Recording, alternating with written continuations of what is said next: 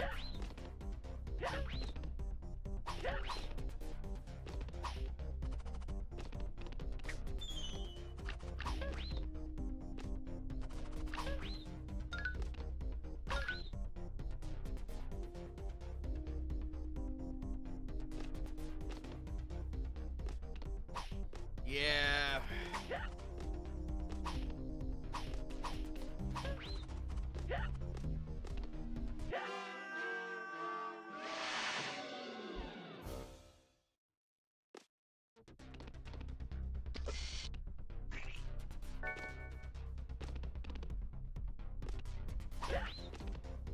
PC.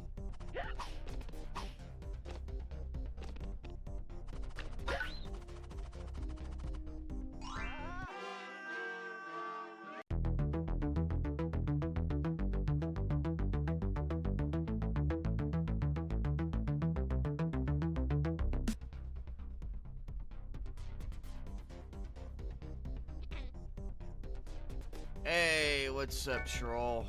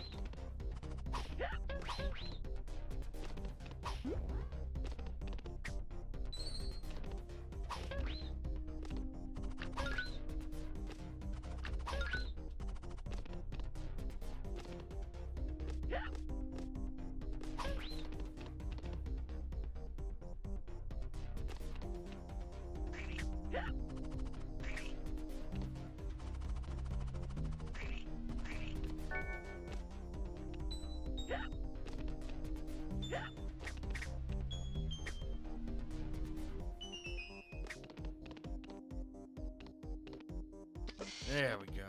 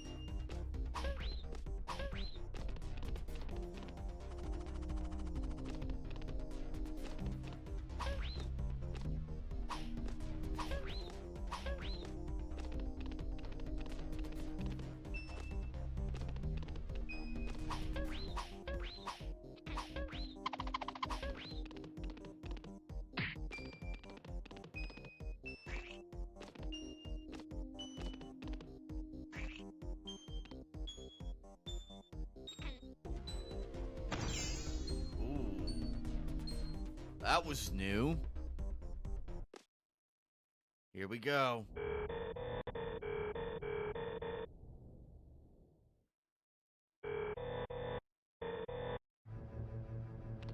Here we go.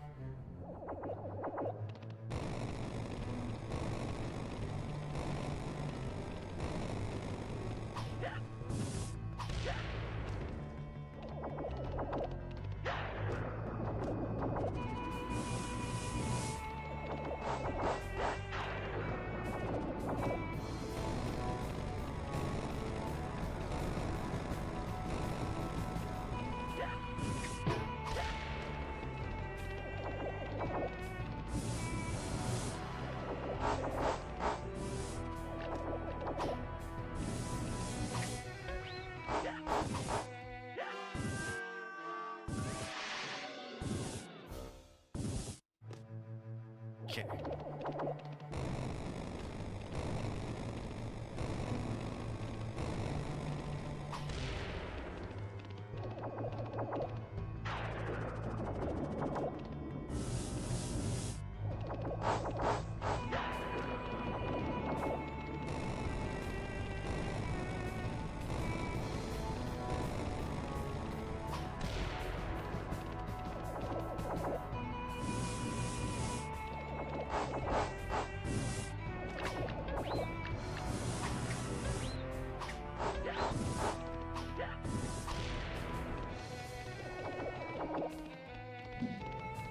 Hey, Sergeant Stadenko.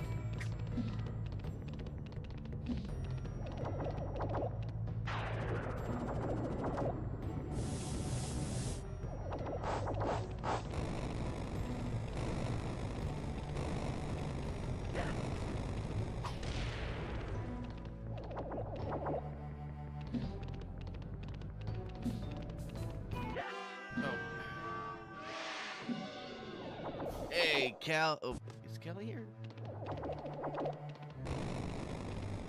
Here we go.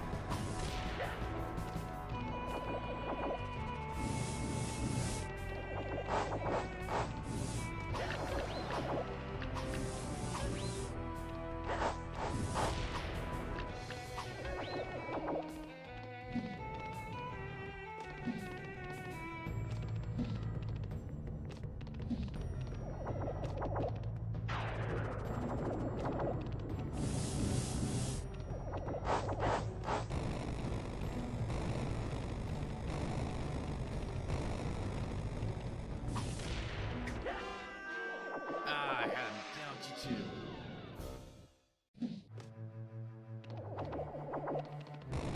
Well, it is the final boss, so they really wanted to go all out with this.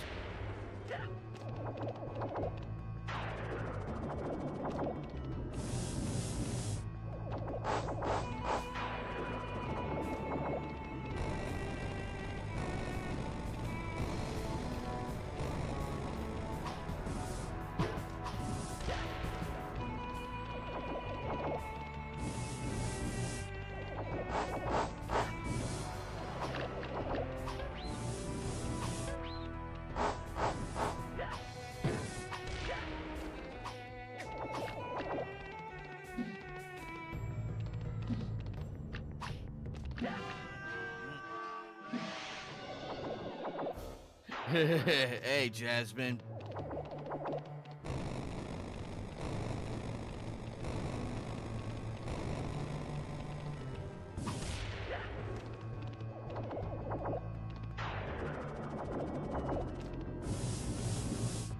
Glad you got your, I'm happy you got your, Twitter account back. I'm glad to hear that.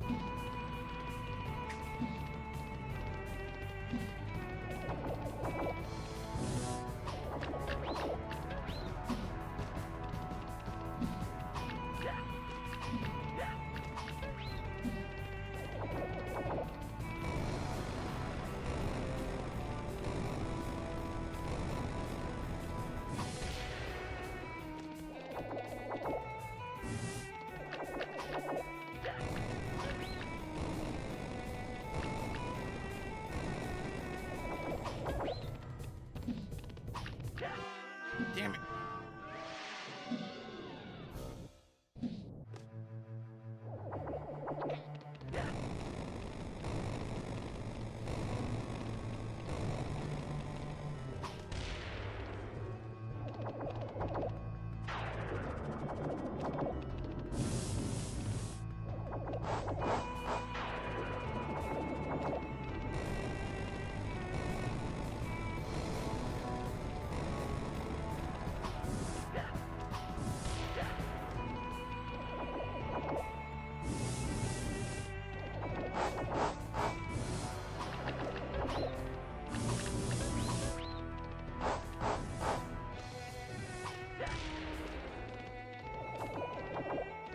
I understand being hesitant after everything.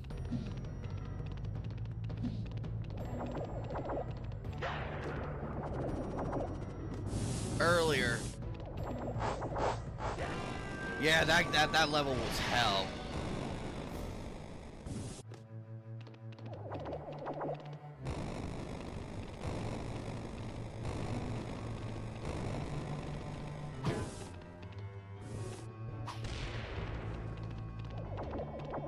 Yeah, Candy Hell was really probably my most stressful.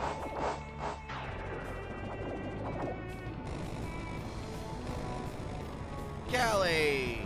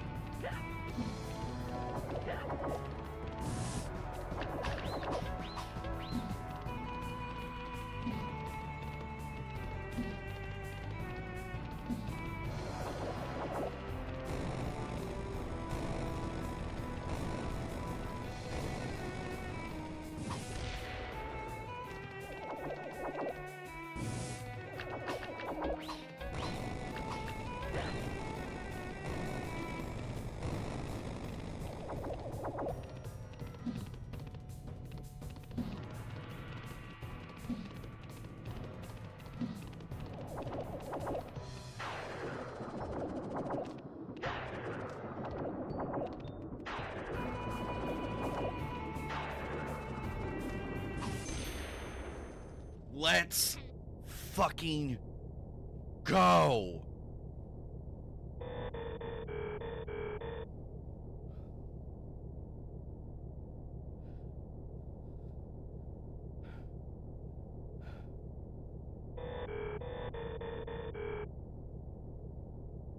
Yeah, I do. I watch his streams.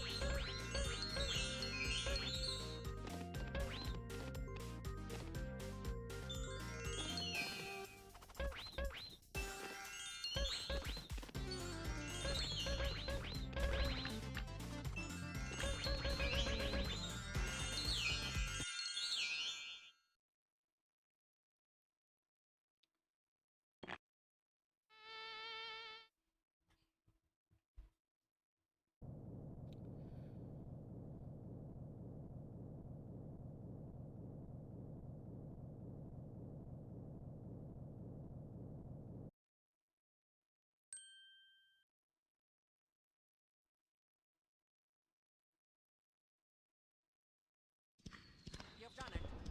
You've saved the world!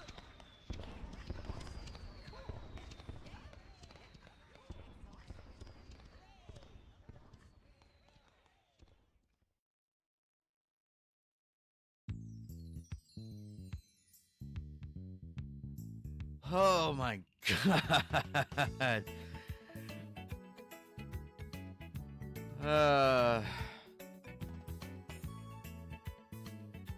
I am not doing this game again.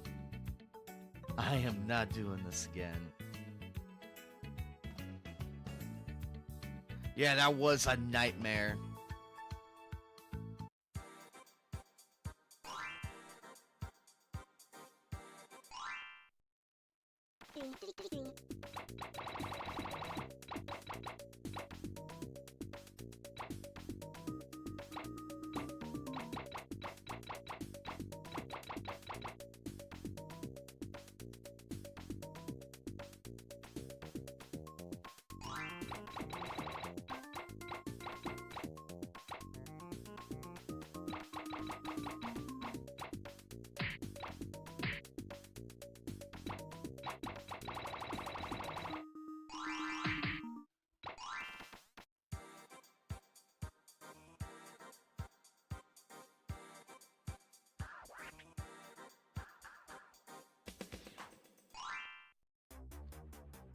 By the way, this is what you guys kind of missed earlier.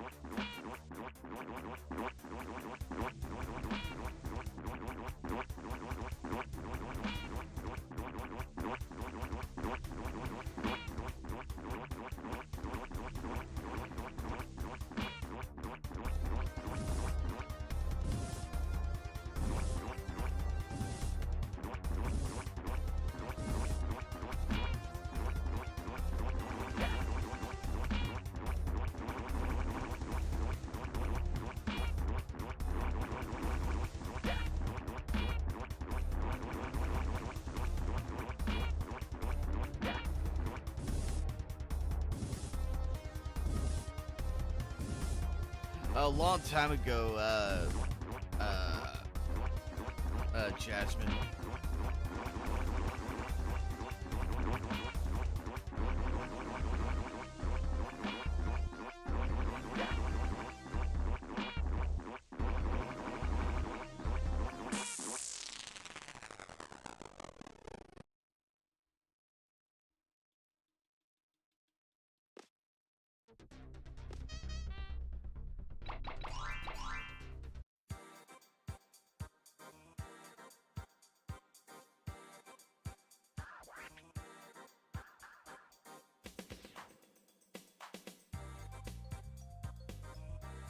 Oh boy.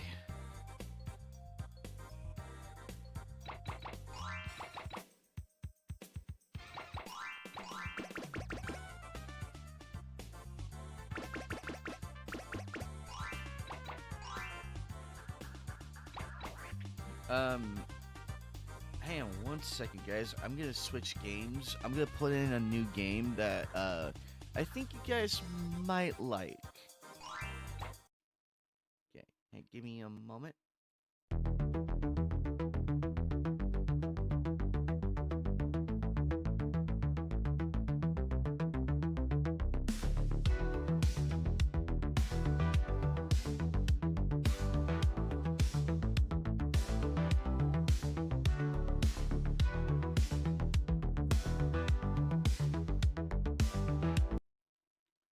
Yes, I can. I can see you.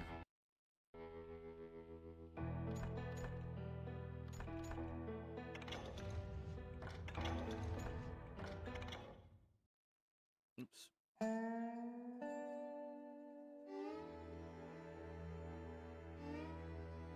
Yeah, I can see you too. It was about 30 years ago.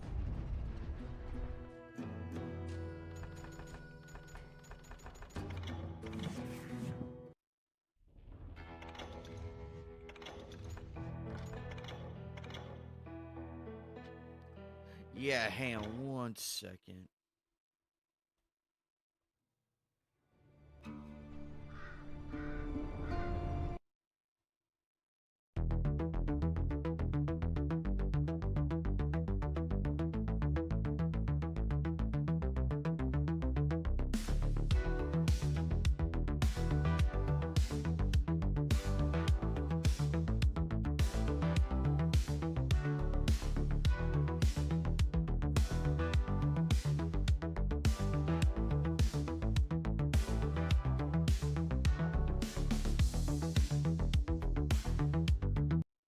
Okay, Raquel, there you go. I got you as mod. The bounty hunter? Used to be. Ah, what are you doing here in Abilene? Just passing through. Got a little business to take care of. Well, sir, it would be an honor if you would allow me to buy you a beer. Hell, son, it would be my honor to drink it.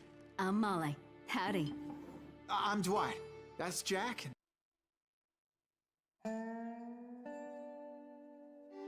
Hey, Third, what's up, buddy?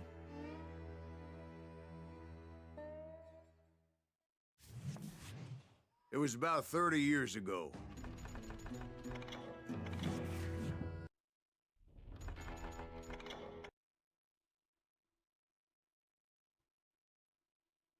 Okay, let's try this again.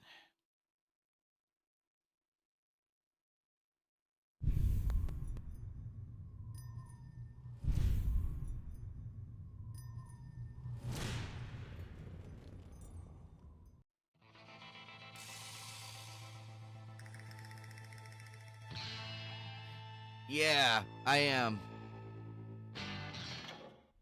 Yeah, I'm in Brandon's group. Brandon, the anime guy, I'm in his group.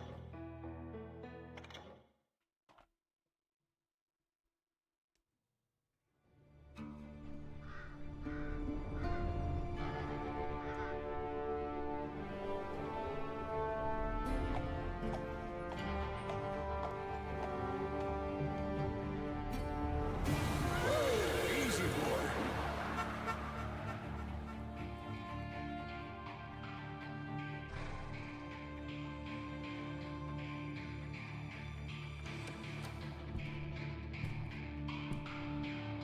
Don't I know you, sir? Don't believe so. I haven't been here in many years. Name's Silas Greaves. Silas Greaves? The bounty hunter? Used to be. What are you doing here in Abilene? Just passing through. Got a little business to take care of. Well, sir, it would be an honor if you would allow me to buy you a beer. Hell, son, it would be my honor to drink it. I'm Molly. Howdy. I'm Dwight. That's Jack and Steve. Ben's behind the bar. Oh, I bet you got some great stories. A couple. Any of them true? Jack, be nice. A few. What about your shootout with Henry Plummer's gang in Bannock, Montana? Is that where you started as a bounty hunter?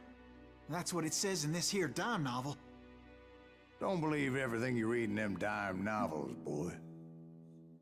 First man I hunted was back when I was riding with Billy the Kid. You knew Billy the Kid? Damn right. That scrawny son of a bitch had no fear. Wouldn't back down for nobody. I heard he collected the 10 stars off any crooked lawmen who crossed him. It was a war, boy. The Lincoln County War. And Billy promised his regulators would take the life of every bastard who helped bushwhack John Tunstall. Kid had a big chip on his shoulder and a hair-trigger temper. Made him dangerous as hell. Hey, Dixie, what's up? So, guys, this is called Call Juarez, Gunslinger. Think RDR, but almost like it. It was about 30 years ago.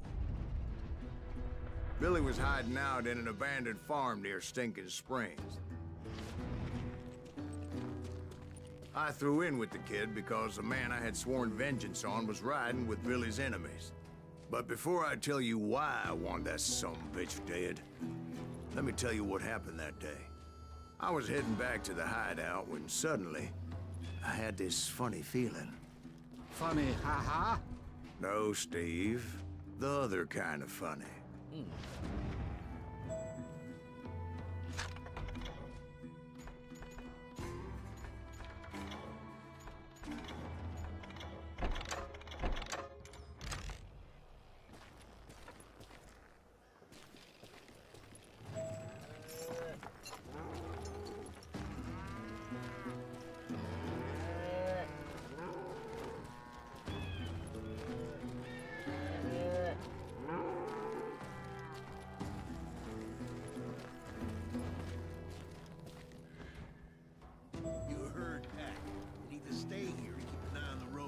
That's not fair. We're missing all the fun. I knew those two morons would never let me through. I had no choice. What the hell? Shoot that sumbitch!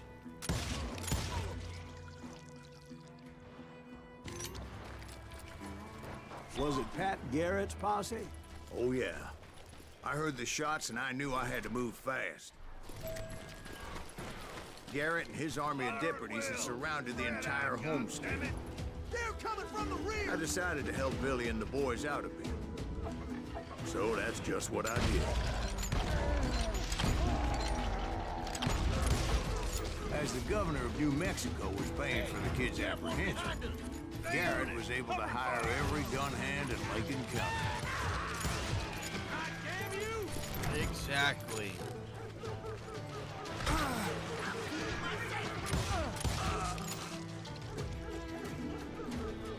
Show yourself, coward!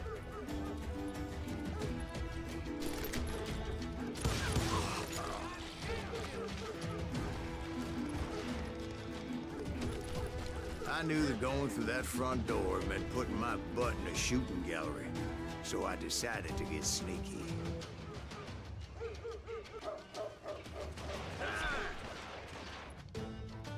Real quick, hey guys, if you are subscribed to my channel, be sure to click all notifications so that way you get notified immediately.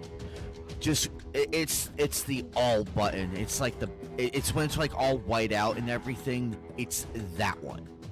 Otherwise, because I think people sometimes just hit subscribe and forget to turn on the notifications. That's why not many people get notified when I go live. So double check to make sure you have all notifications selected on my channel. Okay. Yes, indeed. Watch out! He's one of them! Garrett's men were running around like a bunch of chickens with their heads cut off. Bitches running! Thank you. Thank you, guys. I got this! Still, one of them reached the water tower. Not a bad idea. It would be a turkey shoot from up there. Luckily, these shooters Garrett hired weren't the sharpest tools in the shed. The right position is very important. Personally, I prefer to be on top. Oh, you do you? Indeed, darling. But where was I? Oh, yeah. Someone shoot that bastard! Yeah. Yeah, it just crashed a lot, Dan. But I beat Rayman though. Where'd he come from?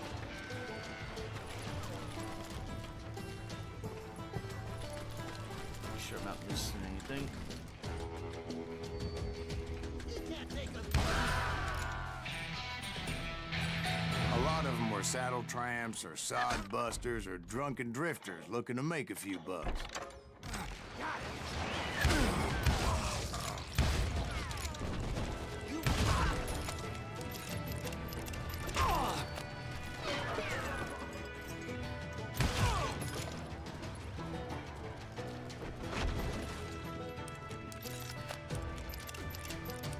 Do a little bit.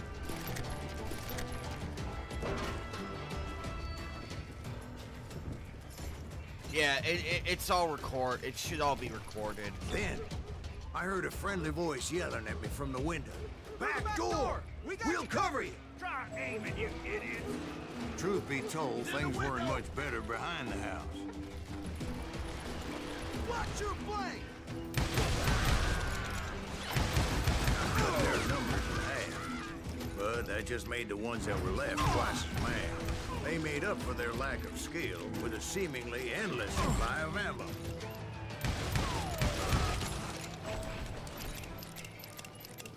It was a bit of a slog, but I finally fought my way around the back of the house. This is This is called Juarez, Gunslinger. And like that, You'll I was all be inside, dead, you bastards. none the worse for wear. I passed Dirty Dave, and upstairs I found Billy Get and her Charlie that ran in a Baldry. track! I'll do you myself! How about...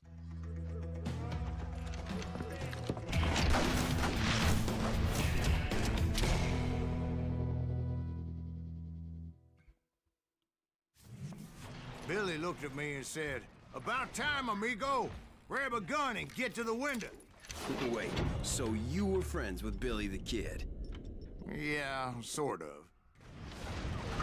Anyway, we were surrounded by dozens of deputized shooters who wanted to do us harm.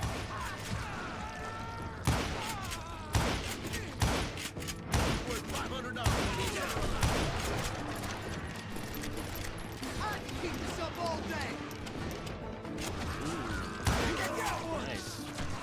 I'm telling you Garrett's men were dropping like flies, but they just kept on coming. That's when Charlie got hit. "They're catching us in a crossfire," shouted Billy. "Get to the other side!"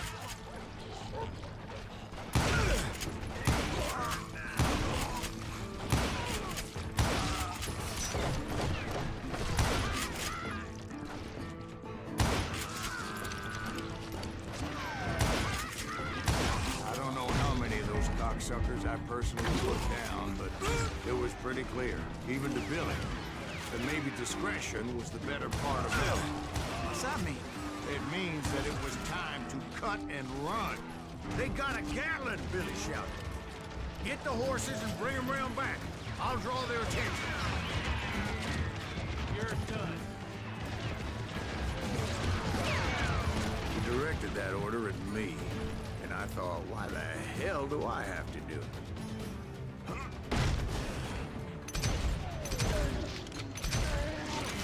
Go for it! Those poor sons of bitches are done for! Many would have fled in my place. But I had that false sense of invincibility that many young men have. Like Jack here. What are you saying, old man? Jack is just joshing. Yeah, he better be. Mr. Graves, please continue. Please, call me Silas, ma'am. Now, where was I? You were heading for the barn. That does sound good, guys.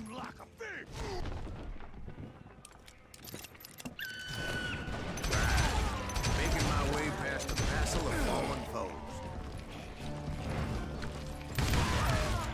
Sounds like Garrett hired a whole regiment of hired guns. I'm ending you. Yeah, and just when I thought I was done with them, more of these hapless bastards would pop up. You ain't going nowhere.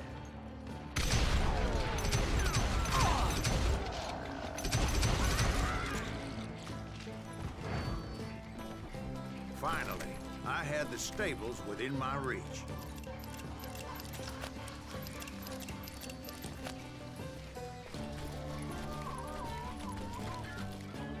And that's when I met Sheriff Pat Garrett. I read that you went toe-to-toe with him, sir. That backstabbing bastard with that tacked-on tin star.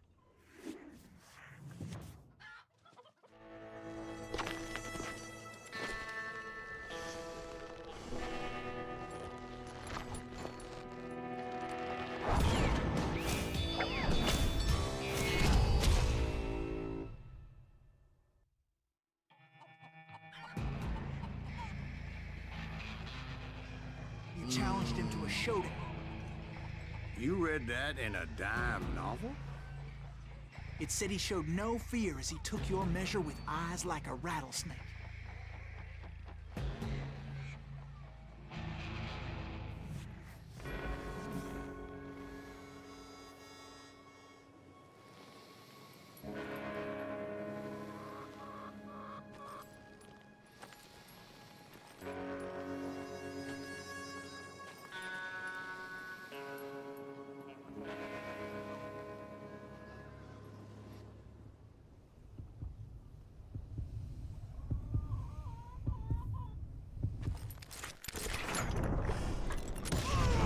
And that you killed him in a fair fight.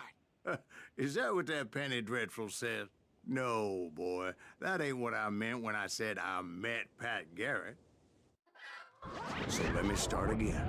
I finally reached those damn stables.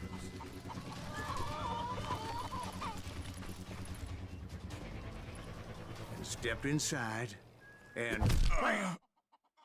Last thing I heard was Garrett's voice. That's not Billy. And go on, how did it end? And, boy, that was just the beginning.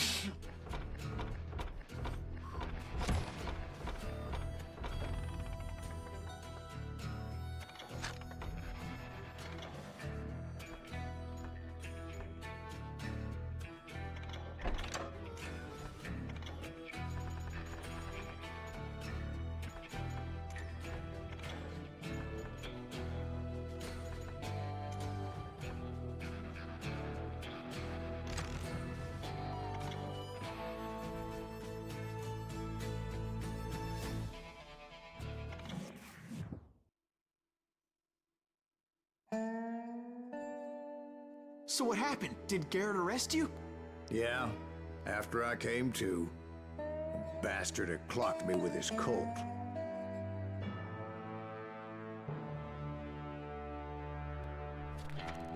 And the kid surrendered?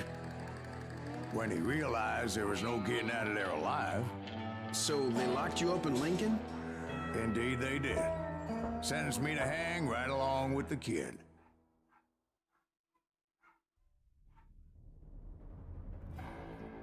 Heh, a fistful of hot lead.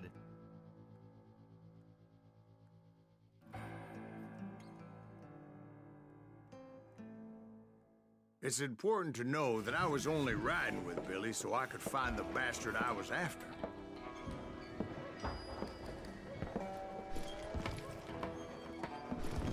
He was with John Kinney's gang, and they were sworn enemies of Billy's regulators. Why were you after him? I owed that son of a bitch a bullet for what he had done to me and mine. Instead, all I got for myself was a goddamn death sentence. Luckily, it was right around then that I heard Billy make his move. He shot Jim Bell and a few other guards as he made his getaway. Later, they wrote that some lady friend planted a pistol for him in the privy. What the papers didn't say is that Billy helped me escape, too.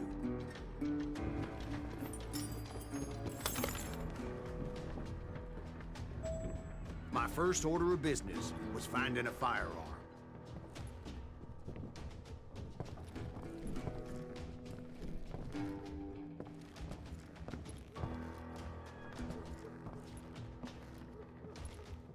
Luckily, I located Deputy Bob Ollinger's mean-ass shotgun.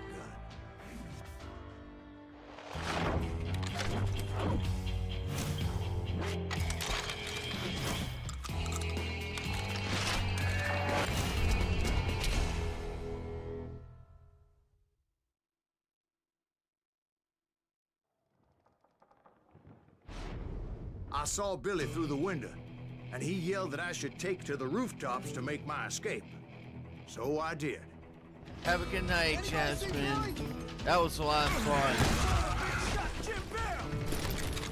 Hell yeah. That scattergun was like a double-barreled howitzer.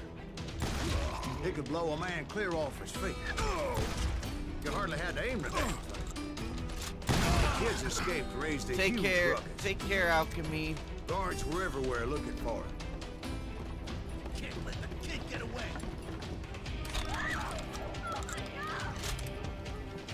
Anybody see him?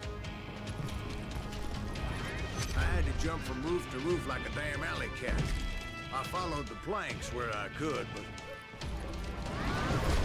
some of that wood was slippery as hell. The whole town was up in arms.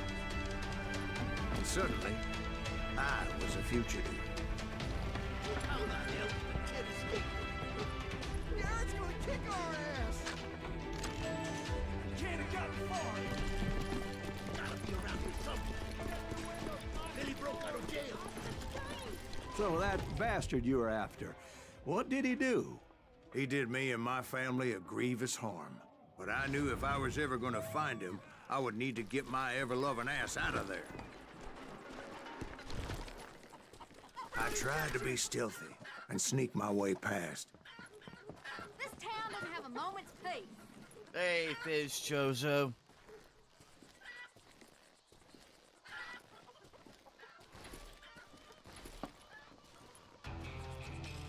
You! But hell, if they weren't all waiting for me. Apparently, some of them thought I was Billy. You hooligans will go to hell.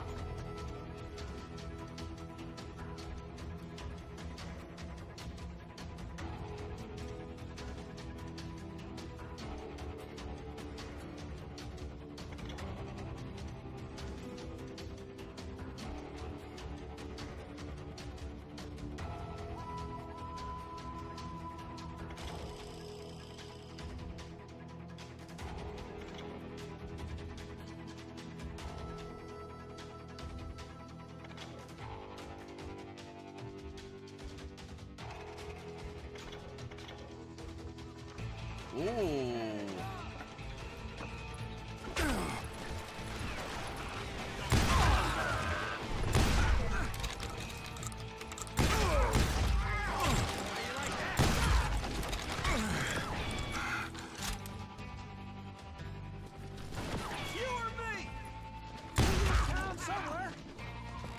See, me and the kid shared a certain similarity in build and coloring.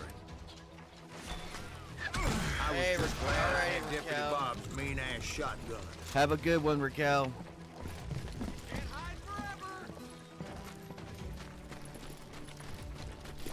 Give it up.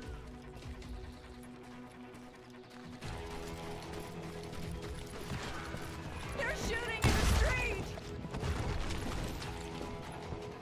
Leave him to me. Get your headstone.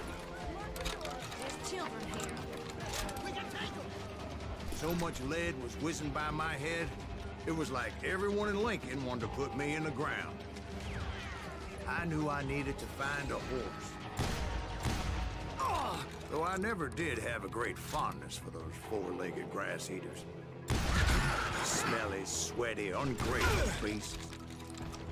We price is too high, if you ask me. Oh. Show yourself, coward.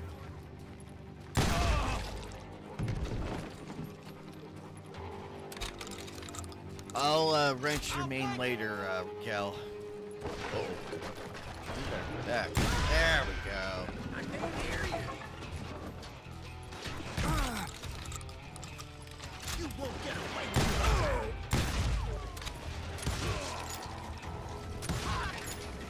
You're threatening the lives of innocent people.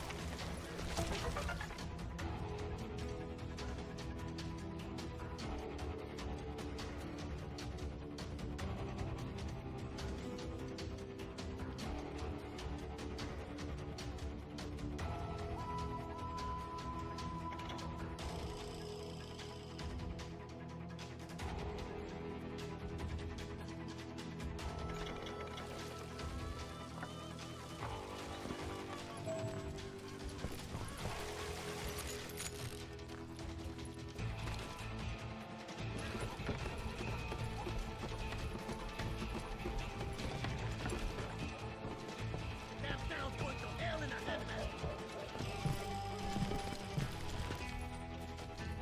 But where was the kid while you were busy getting shot at? Gone. And that's when it occurred to me why Billy set me free.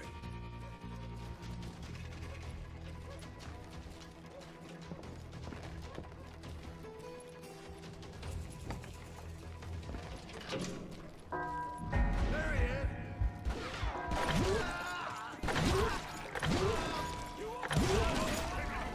Respect for decency? So I could be a hapless decoy and draw attention while he snuck out of town. This is called Call Juarez, Gunslinger. I knew if I made it out of there in one piece, no one would put a price on my head. Because everybody in Lincoln would be dead? No, because they all thought I was Billy. And all that blame would fall on him. Meanwhile, Deputy Bob Ollinger was organizing a posse to put me down. He was already a mean son of a bitch, but he was doubly pissed that I stole his mean-ass shotgun. Anyway, it was me or them, and the only way forward led me straight to perdition. But the cards were dealt, and I had no choice but to play them.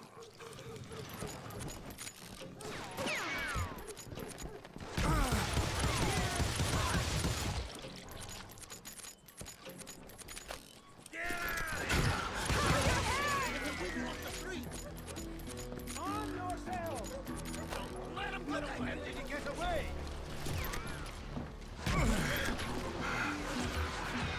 I'm here.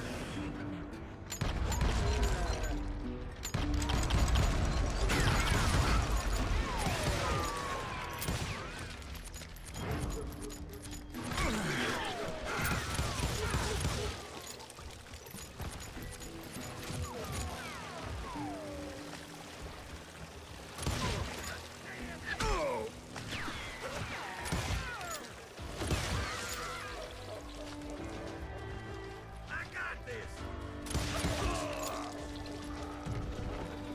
We're gonna be in deep shit.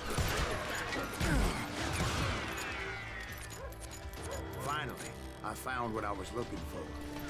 The stables on the edge of town. I guess Billy saved your ass, taking out Bob Ollinger the way he did. Billy didn't kill Bob. Well, sure he did. He dispatched him right after he shot Deputy Bell. No, sir. Because Bob came right up behind me, angry as hell that Billy had lit out. Hello, Bob, I said. I think you better let me go. And he says, I don't think so, boy. Not with my shotgun. So we stood there in the middle of the street, eyeball to eyeball. He intended to kill me, and I knew I had no choice but to defend myself.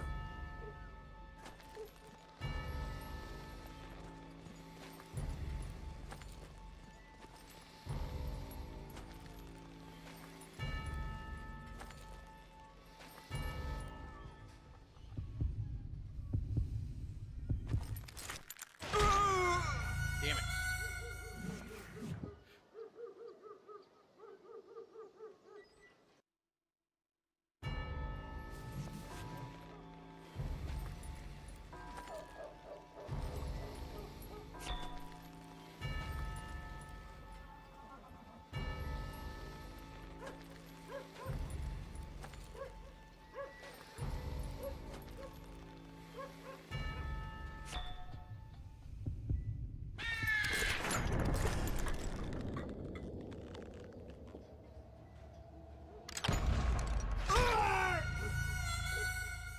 Nice.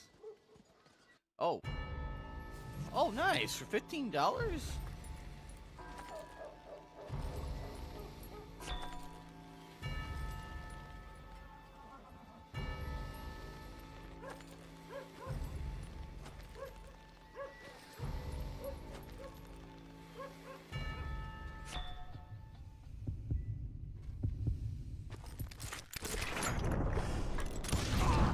I killed him in a fair fight.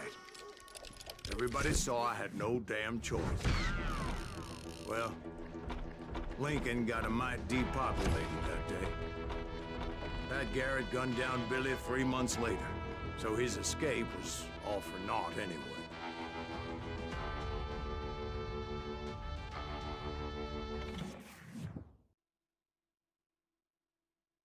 So where'd you go after Lincoln? Mexico. Until I realized nobody was looking for me. I ended up taking a job at the Rurales. The Mexican Rurales? I was hired to help them track down the cowboys. The most vicious outlaw gang in Cochise County? Curly Bill Brocious? Johnny Ringo? Led by old man Clanton himself.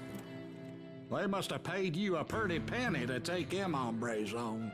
Not really. But truth be told, I had my own reasons for going after those boys. Sorry, Fizz Chozo.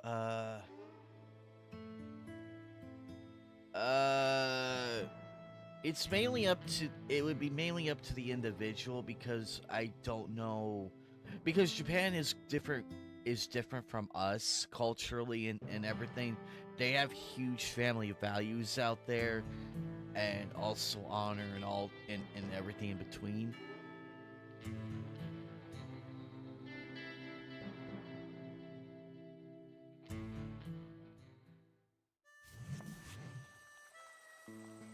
So was the bastard you were after now riding with the cowboys? Roscoe Bob Bryant was his name. Oh. But no, this time it was a different bastard I was after. The aforementioned Mr. Ringo. And yes, he was working for old man Clanton.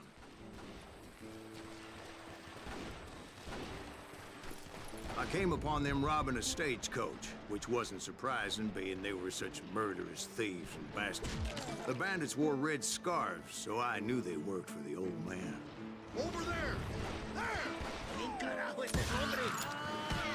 I did my best to help those poor passengers.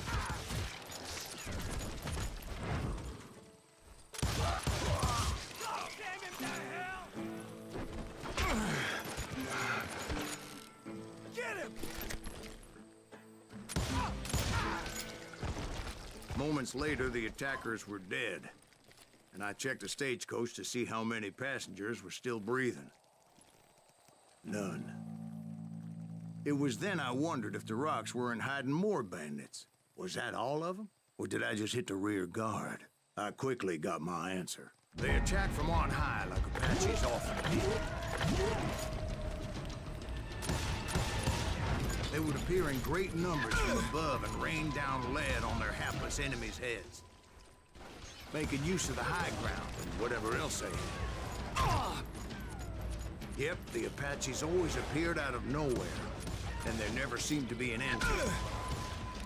Hold on. Were you attacked by Apaches? What happened to the cowboys? Did I say they were Apaches? I said Clanton's cowboys attacked me Apache style. I was in a pitched battle, but I was holding my own against an overwhelming enemy force.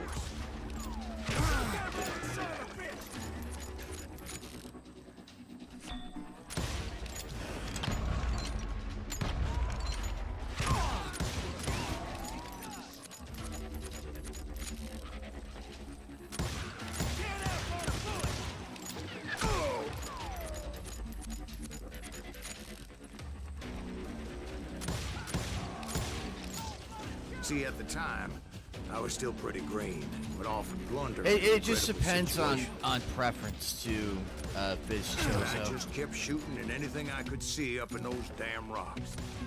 I didn't see Ringo, but I knew he was with the cowboys. He and Roscoe Bob had done me a dreadful wrong, and I was determined to have my revenge. But to get to Ringo, I knew I'd have to find my way past these other assholes first. I knew you guys would like this game. I felt westerny, so we're gonna... I figured we ended with Rayman and then start with a new game. Something different.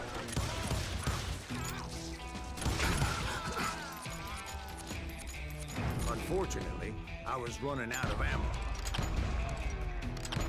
Another perfect example of my relative inexperience as a hunter of men. I immediately knew that a tactical retreat was called for, as my vengeful fury was much less impressive without the bullets to back it up.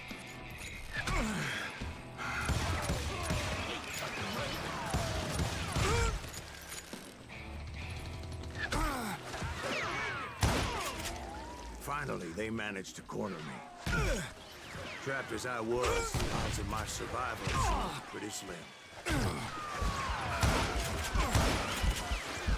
Luckily, serendipity was on my side as I suddenly spotted a way out of my predicament.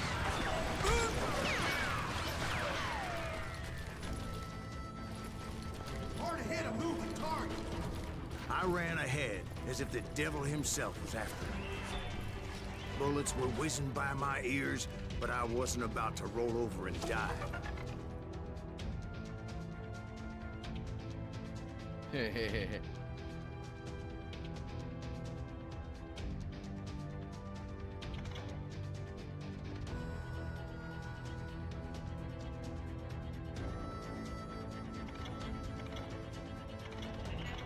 I just kept running like there was no tomorrow.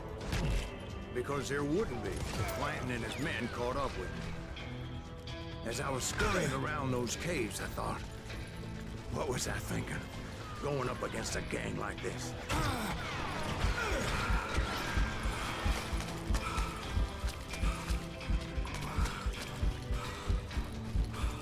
They were hunting me like I was game.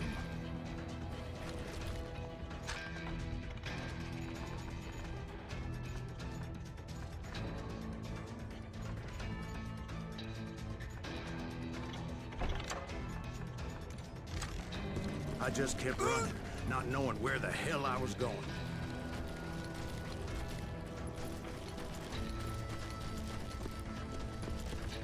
No one will ever fight you here.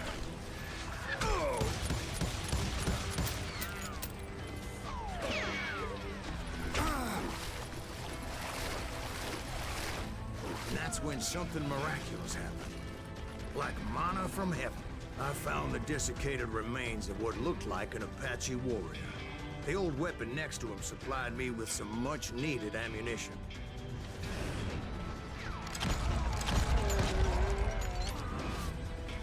Bat Masterson once told me it was more important to be lucky than good, and he would know.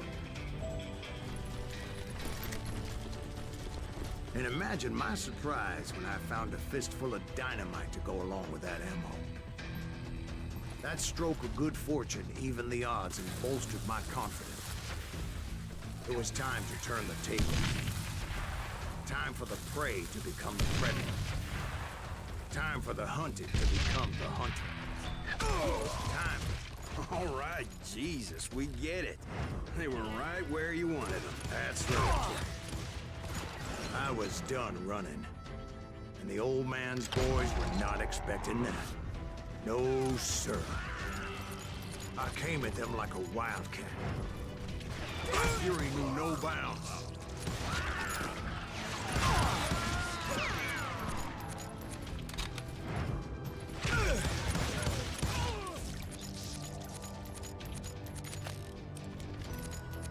Hate fucking running. Turns out he's yellow. It was finally time for that old man to pay for his sins.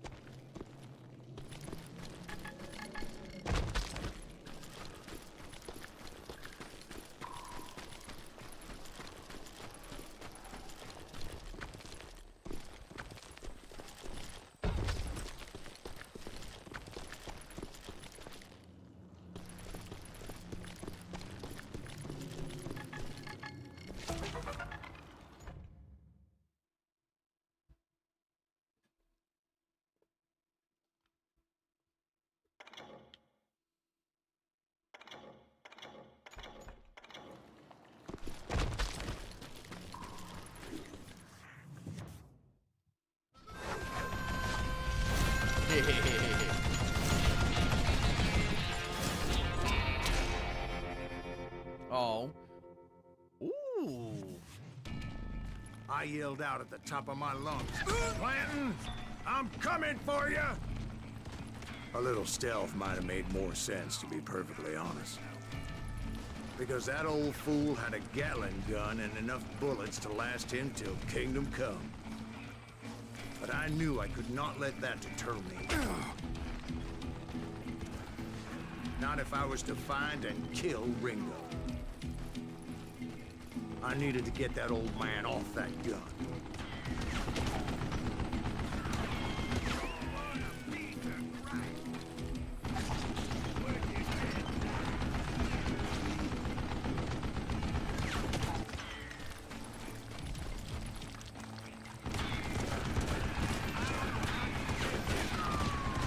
I like RPGs. I played Final Fantasy 9, my very first one. Liked them ever since. Damn, I gotta reload. Yeah, well, do something.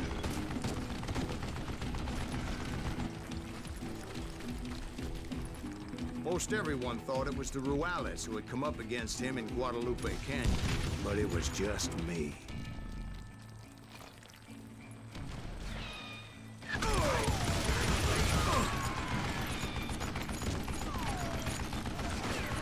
Damn contraption jammed to death.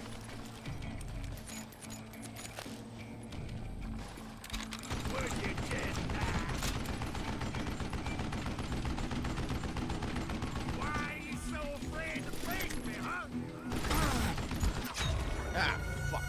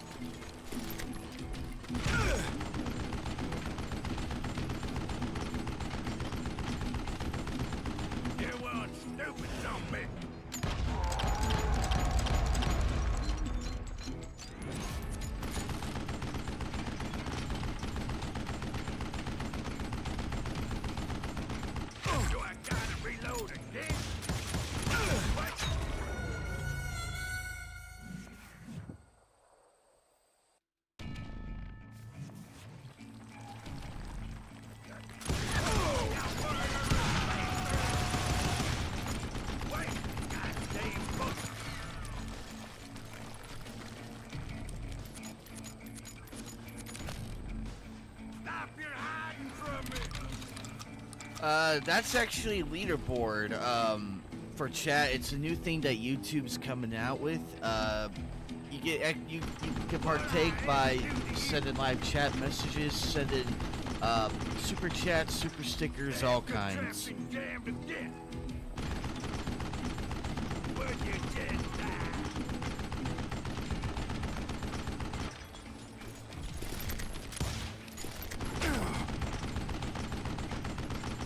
You want stupid zombie.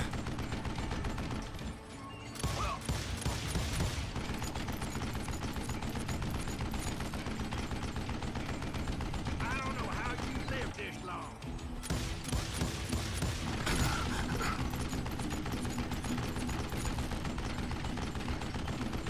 Wait, you goddamn boat.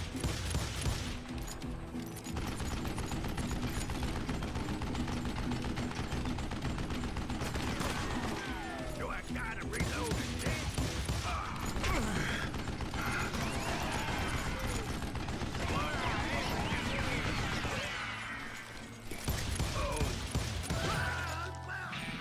Apparently, one of the cowboys made it out of there alive and told Ike and Billy Clanton that it wasn't a Mexican who took their father's life that day. They just assumed it was one of the Earps, and that little misunderstanding eventually led to that legendary gunfight at the OK Corral.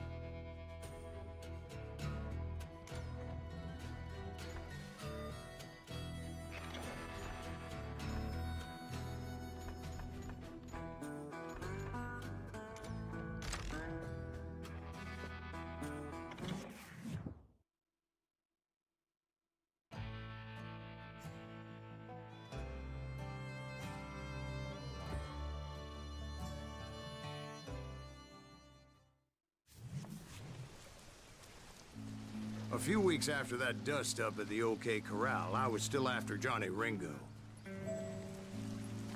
I had tracked him and the cowboys to their hideout at a sawmill, and they were loaded for bear.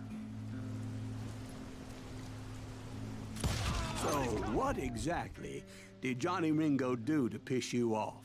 Well, him and that other bastard. Roscoe Bob Bryant? Yep. They both deserve to die, and I promise I'll tell you why. But first, I need to tell you about the Cowboys' new boss, Curly Bill Brocious. Earth's coming! Get ready, boys.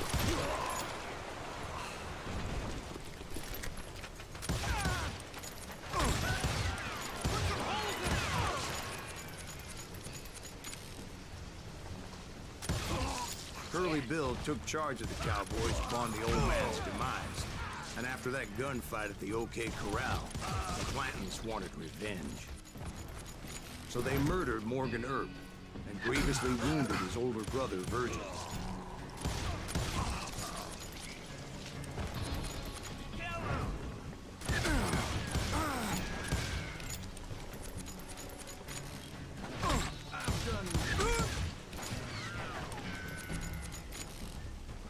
Just shoot the son of a bitch.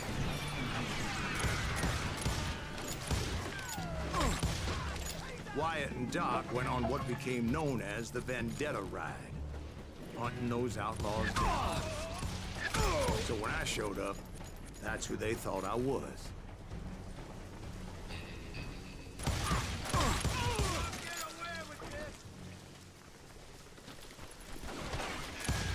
I got a bullet with your name on it, boy.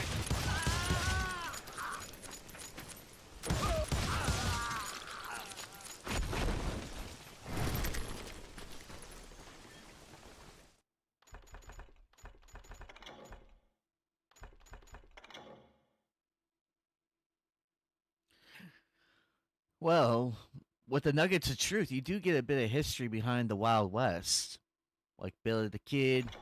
And of course, the legendary Doc Holliday. If you guys ever want me to read these at some point, just let me know. I would like to if you want me to, I would happily set aside some time and read a few of them.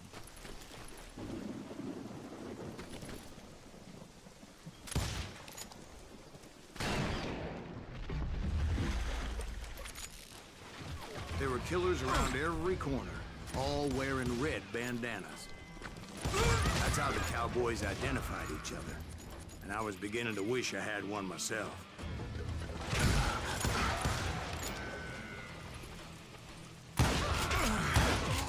But I wasn't about to let Ringo walk away unscathed. And that's what drove me forward. They say that Ringo was infernally fast. Hardly saw anyone faster, boy. Certainly not Wyatt Earp. That man was all hat and no cap. Earp wasn't much of a match for him, but Doc Holliday might have taken him. That lunger should have kept his nose out of it. They never charged anyone for the murder of Morgan Earp. But everybody knew that Curly shot him in the back. That was common knowledge. Yeah, maybe so. But Ringo had nothing to do with it. He was just being loyal to a friend. Is that what you call it? Being loyal? Well, to get to that loyal friend, I had to pass by some buzzsaws as big as a man.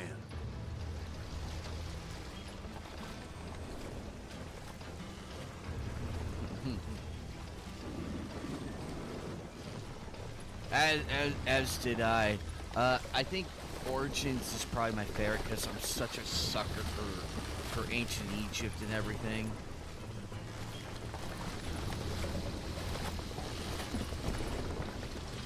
Actually, I could probably read you guys one, so let's see.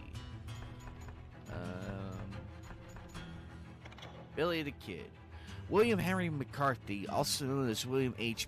Bonney, Kid Atrim, or Billy the Kid, was probably born between 1859 and 1861.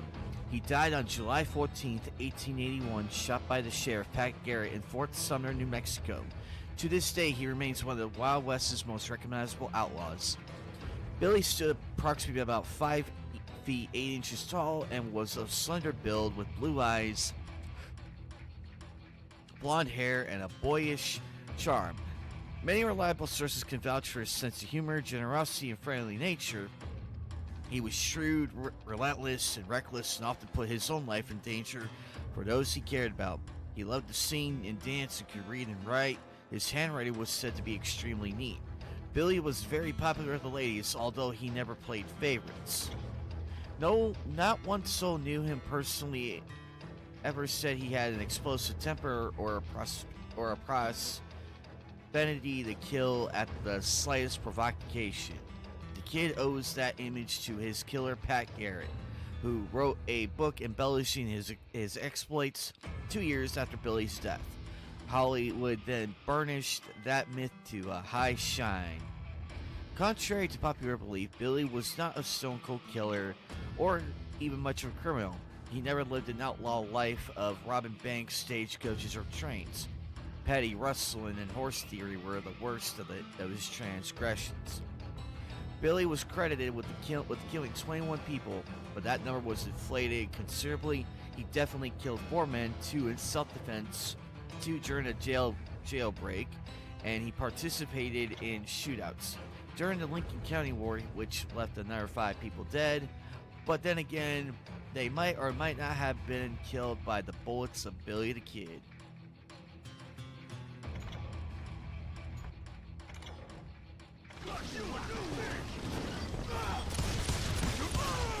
Excuse me, sir. I have a question. What's that, Dwight? After old man Clanton died, why didn't his son take over the Cowboys? Because Ike Clanton was dumber than a box of rocks and a yellow belly to boot.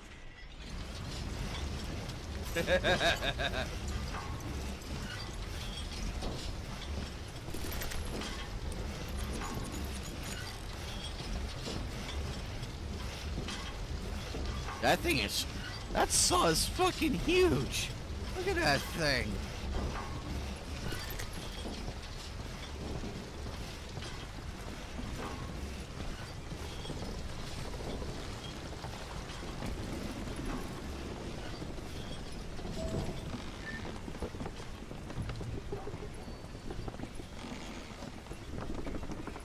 Now, where was I? Taking down the entire cowboy gang single-handed. Indeed I was, Jack.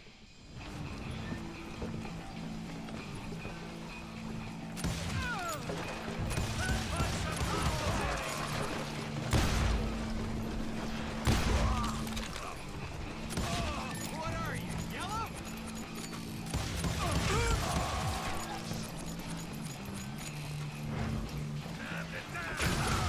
Though it wasn't easy, as those boys had good cover. Did you guys like that little Billy the Kid reading? I could read another one. Oh, speaking of which. Curly Bill Brocious. William Curly Bill Brocious was born around 1845 and died, probably by Wyatt Earp's hand, on March 24th, 1882. He was a saddle tramp, a gunfighter, a wrestler, and a member of the outlaw gang known as the Cowboys. After Old Man Clayton's death, Curly Bill became the informal leader of the Cowboys. He was described as tall and stocky, with a head full of thick curly hair. By all accounts, he was considered an excellent shot. Brocious liked to drink, however, and under the influence of alcohol, his sense of humor could become deadly for those around him. Once he made a preacher dance during a church service by shooting at his feet. On another occasion, he ordered several Mexican peasants to strip naked and dance for his amusement. Apparently, when intoxicated, Brocious enjoyed watching naked people jump at his command. Brocious probably had a hand in the murder of Morgan Earp, Wyatt's younger brother. This was revenge for the famous gunfight at the OK Corral and the death of Billy Clayton and the McLaury brothers. Wyatt Earp would avenge Morgan by killing Curly Bill at Iron Springs in a shootout between Earp's posse and the Cowboys.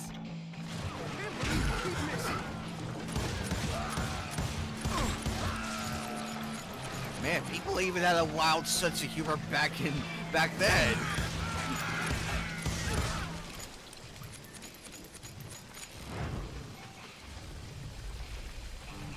Show 'em how to die!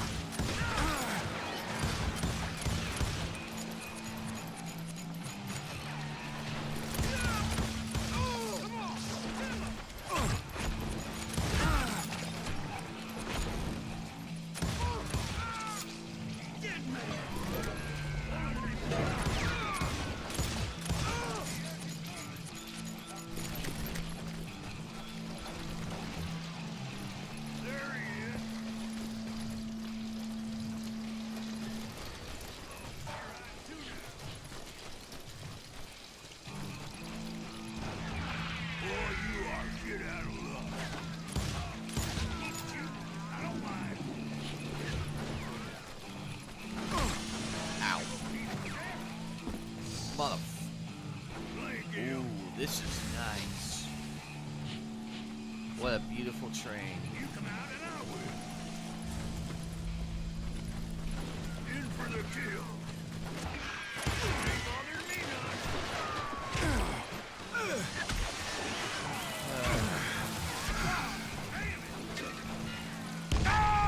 There were carts everywhere, piles of lumber, and God knows what else for people to hide behind. That really was one hell of a sawmill. Quite an impressive operation.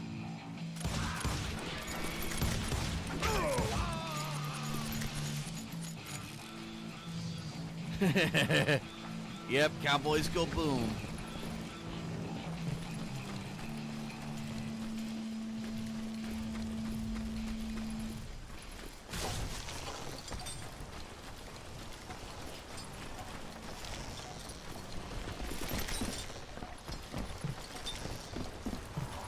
And where was Curly Bill? Did you see him? I'm about to get to that, Ben. Patience. I'm painting a picture here. was this beautiful waterfall and a crystal clear stream that led to a verdant valley that was truly... Consider your picture painted. What happened next? Well, finally the bastards that were still alive made a last stand. How cool is this?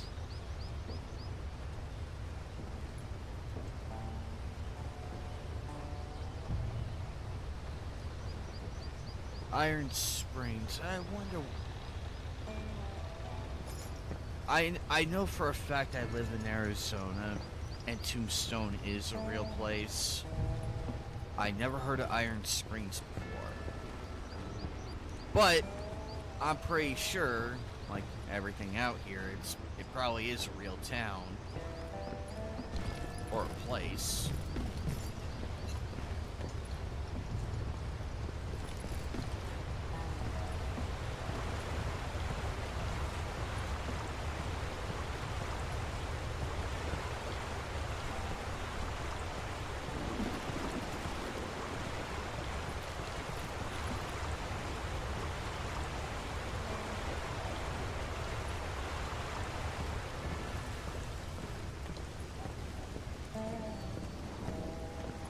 Curly Bill, Johnny Ringo, and his compadres took off into the lumber yard, and I followed after.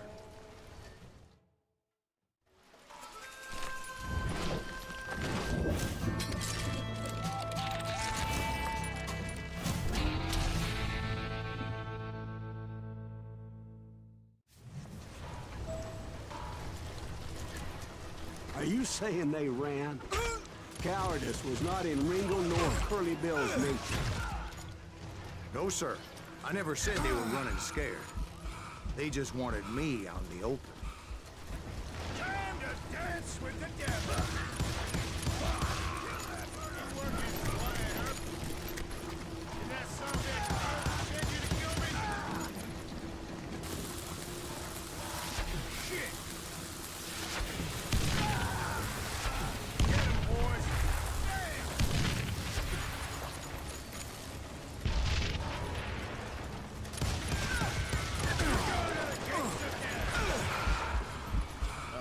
Dual-wield, motherfucker, let's dual-wield. No chance, no future. Oh, fuck. Oh, that's the first time I fucked that up.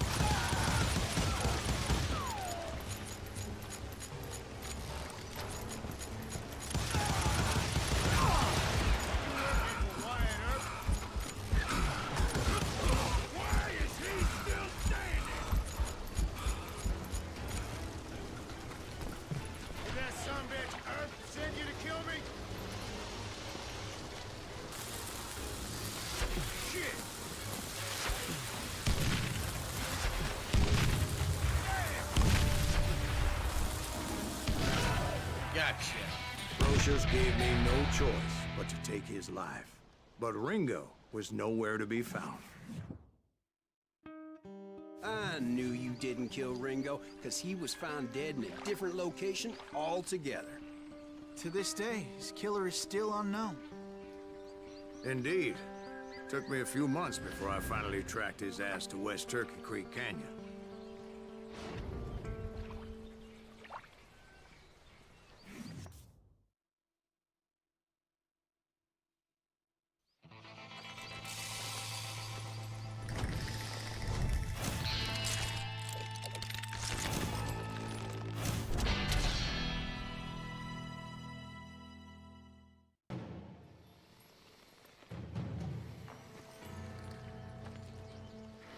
That's incredible, sir.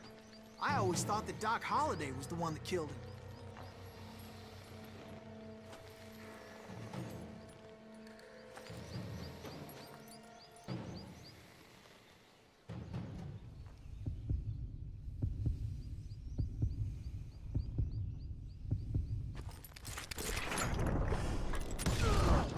Gotcha. Sorry I had to ruin the legend for you, boy. But the legend ain't always true. Oh, 91-48. That's actually good. Doc Holliday had nothing to do with the death of Johnny Ringo.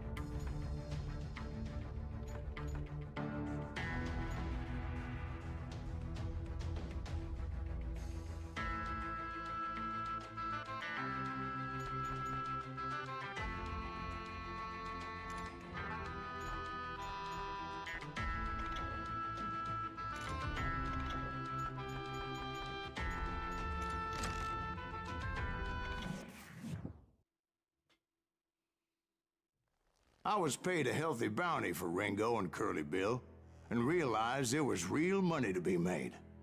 That's why I went after Henry Plummer.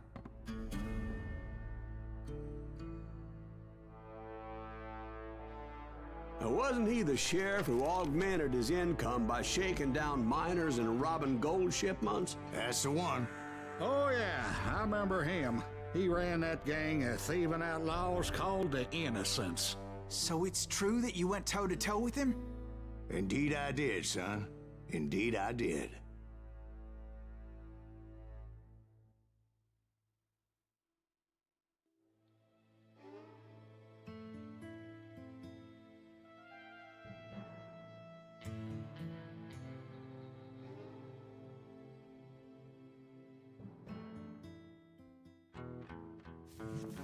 I knew I needed resources if I was going to track down Roscoe Bob Bryant, and hunting Plummer looked like a good way to get rich quick. As the local vigilantes exposed him as the leader of the bandits, and put a generous price on his head. Plummer rallied his gang to plunder one last gold mine before making their escape, and that's where I thought I'd find him.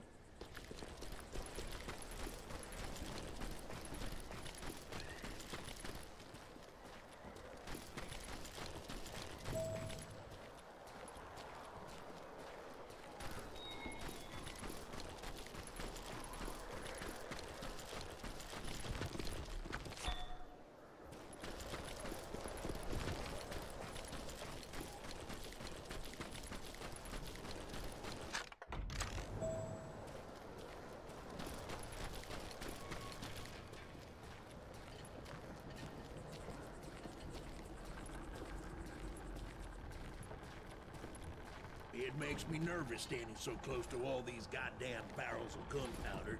Why would you be nervous? No one has the cojones to come after us. As long as you don't light up a cigar, we're fine. Oh yeah? Who the hell is that then? Don't let him in!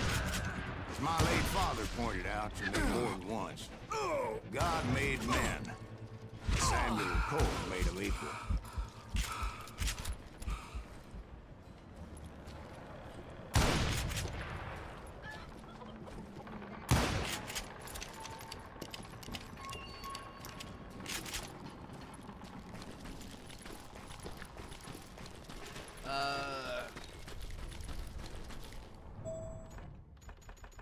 I think I got Roscoe. No, that's Broncos. County War. Nope.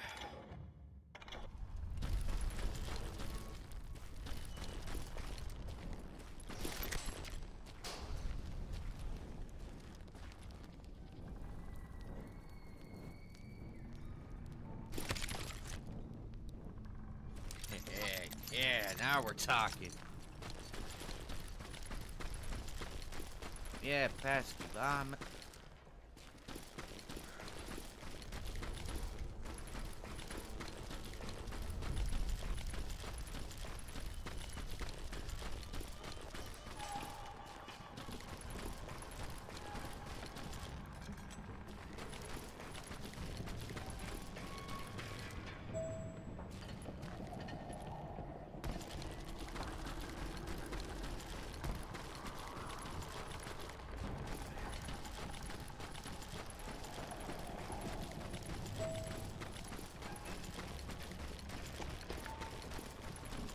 Oh, it's over there.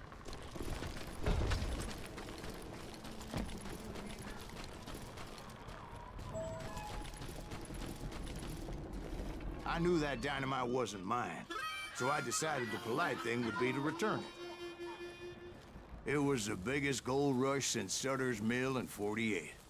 Unfortunately, prospectors weren't the only ones drawn to those riches.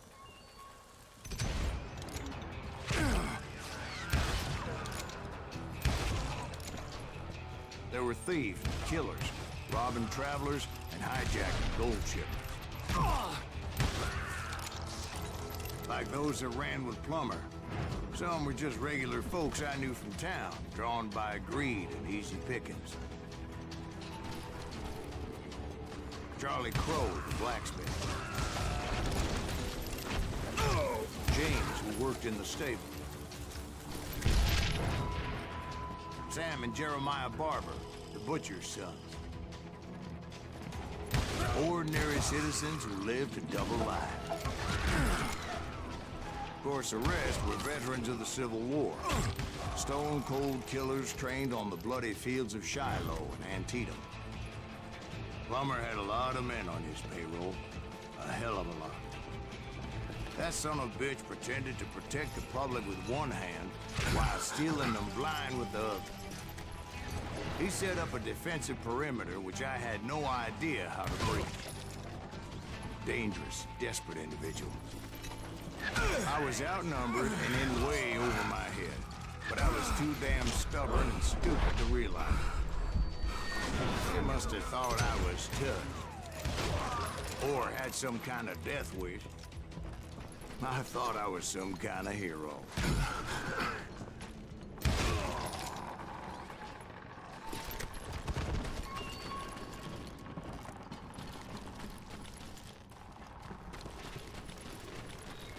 I finally made it past and headed on to meet my destiny.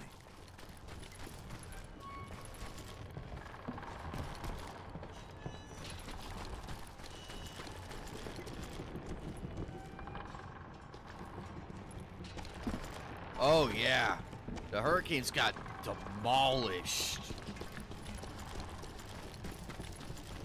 But first, I had something I needed to figure out. I had a few ideas on how to get into that mine, but once I made my decision, I knew there was no turning back. So my first thought was to enter the nearest mine portal. I saw an entrance. Made sense. Hang on 1 second, guys. I will be right back.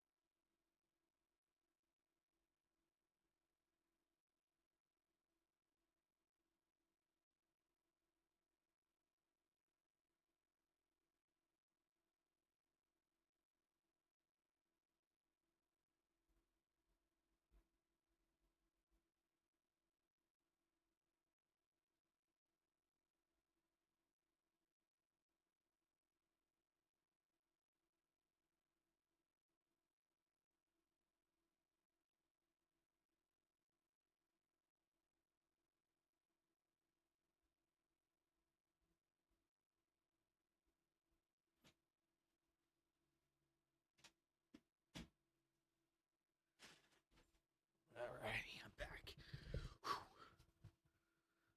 back. Yeah, I know that feeling. It was the quickest way in, but that also made it more dangerous, as there would undoubtedly be enemy pickets posted along the way.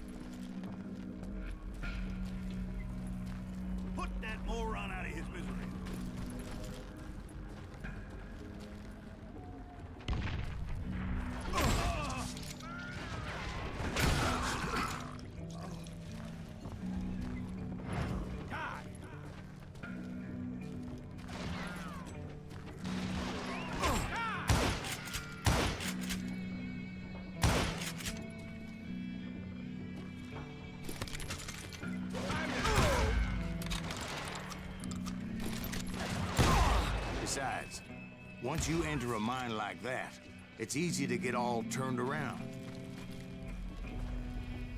And that confusing maze of corridors wouldn't even be the worst of it. Some of those shafts could be as deep as hell.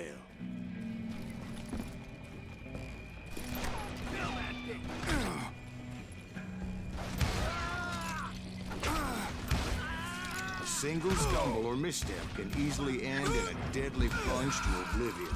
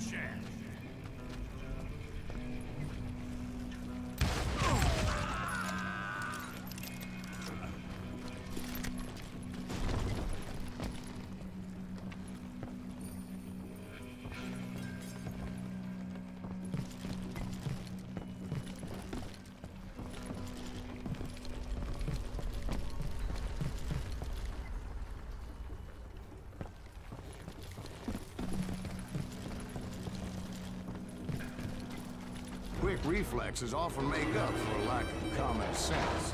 Luckily, I was never one to be easily bushwhacked. I would just need to be careful not to blow myself to kingdom come.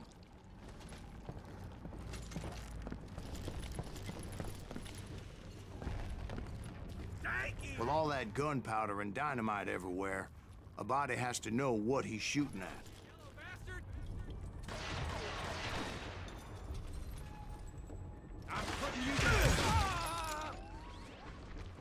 You fucking idiot.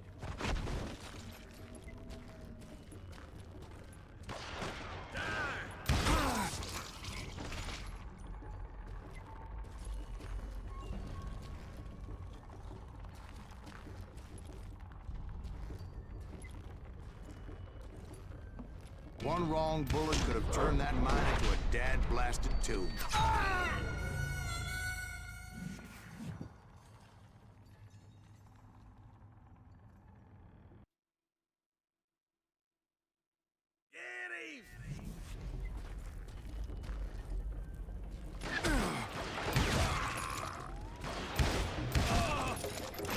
Welcome back, baddie. One wrong bullet could have turned that mine into a dad-blasted tomb.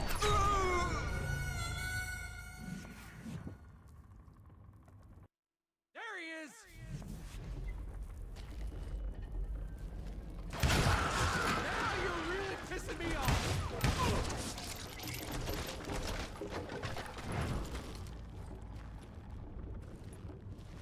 One wrong bullet could have turned that mine into a dad-blasted tomb.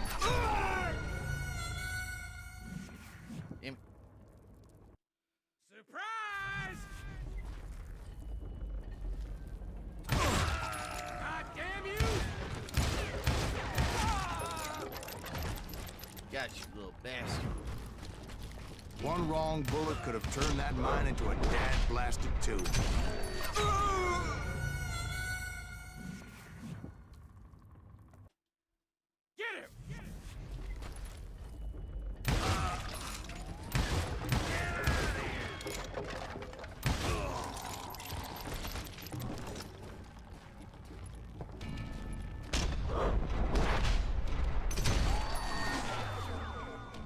Oh. Christ. Uh-oh, not good. I freely admit that my plan of attack was not just moronic, but clearly insane.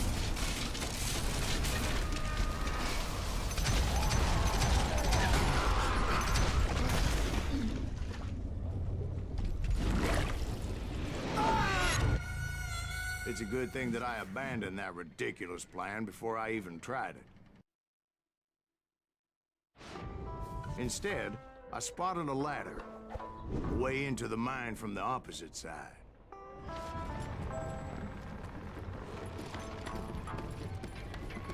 It was a long way around, but that approach seemed more sensible at the time.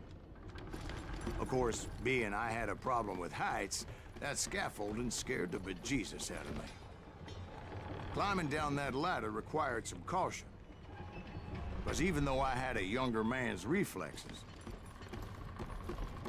no man can dodge a damn bullet while climbing down a rickety ladder.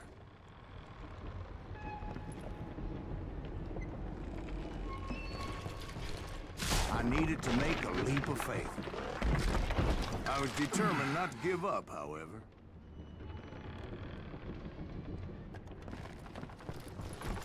As Sheriff Plummer seemed quite the despicable character. When the vigilantes discovered what the sheriff was up to, people were outraged. That 10,000 they put on his head would go a long way to helping me find old Bob. And I had made it my mission to settle that score from hell or high water.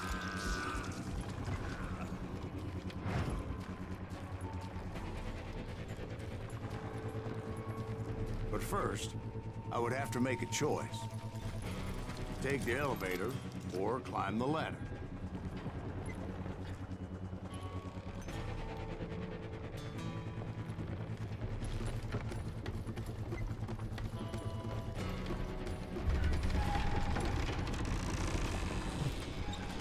I wanted to use the element of surprise. Plus, I figured I could use the exercise. I was warmed up already, so what the hell?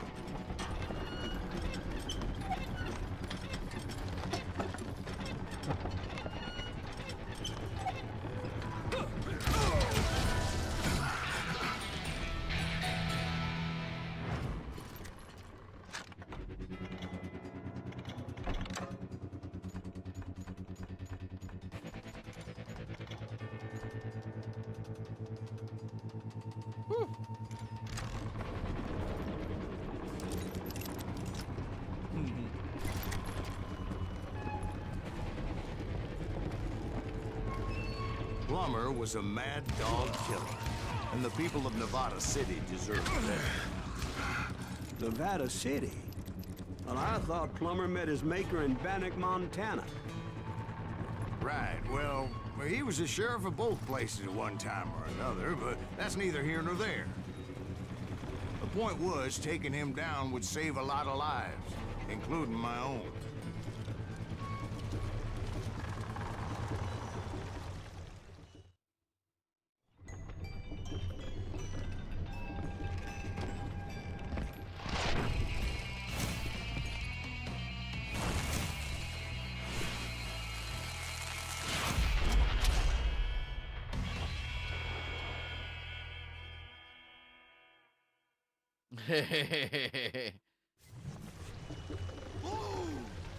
Well, this day is just getting worse and worse for you, ain't it? Henry Plummer was clearly unhinged, and I could see right away that this was gonna take some doing.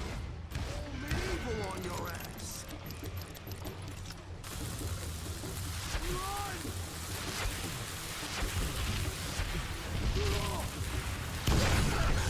Throw dynamite! You ain't taking me! Why don't you join this circus?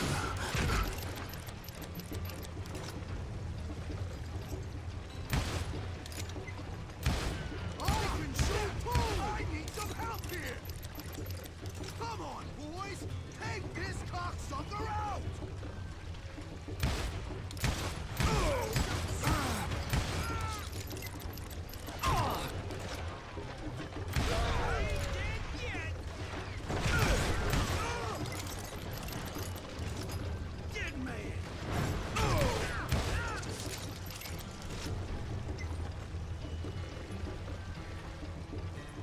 There you are, Henry. Catch this, you son of a bitch! Ooh.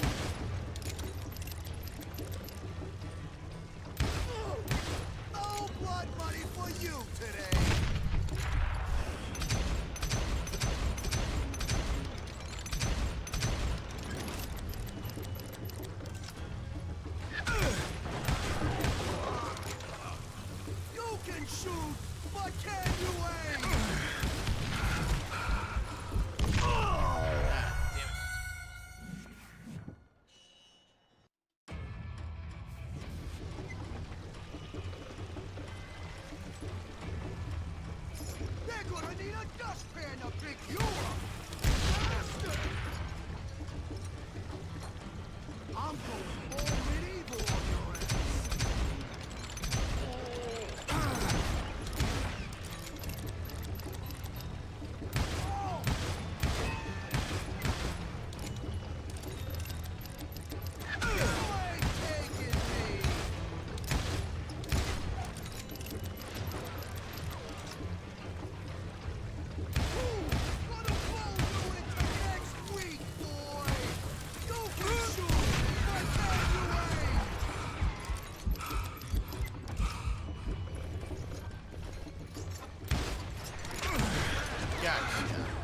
So that's how Henry Plummer died.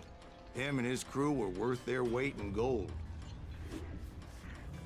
And now, I was officially a bounty hunter.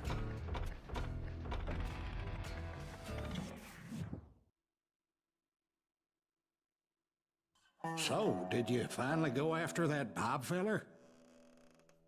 Well, I heard word he was in Kansas with John Wesley Hardin. So that's where I went. Where in Kansas? Abilene. Why do you ask, Ben? No reason. Was Hardin as fast as Ringo? Ringo was fast, but John Wesley was as fast as the devil himself. Aces and eights. Dead man's hand. Hell, he killed his first man at 15. From that day forward, he had a price on his head and wouldn't back down for nobody, not even Wild Bill Hickok himself.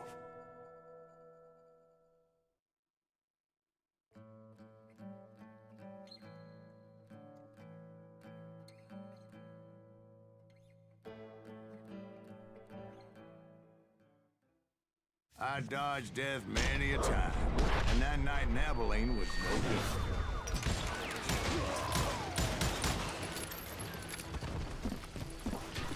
I was there with the intention of finding that bastard Bob and collecting the bounty on John Wesley. I thought the Texas Rangers got Hardin. Yeah, that's what they want you to believe.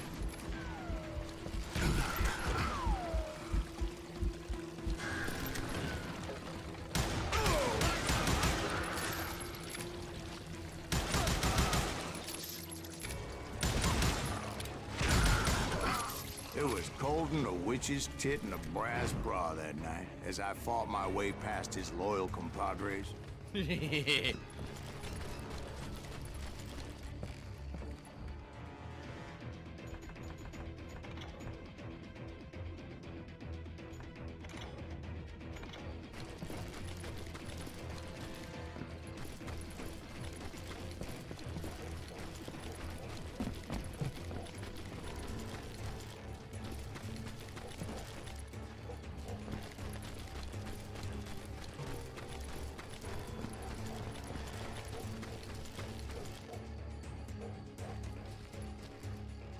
I see a secret up there. Now how the hell am I gonna get up there?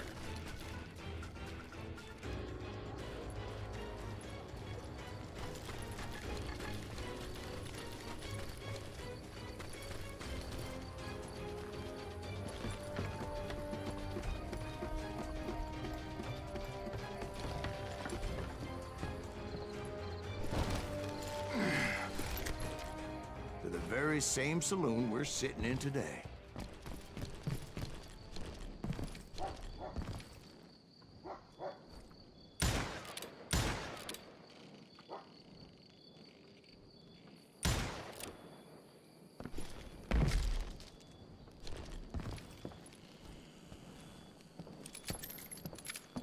Oh, absolutely.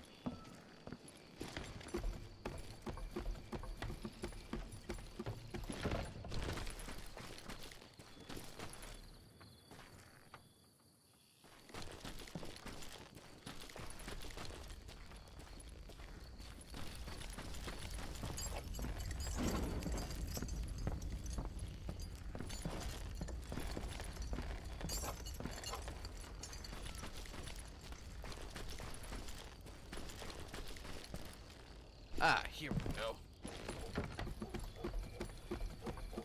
I knew I'd figure it out eventually.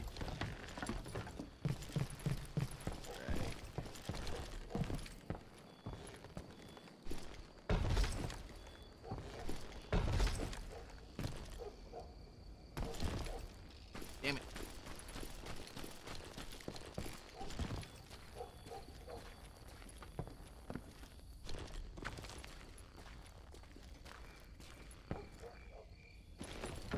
Away, always away.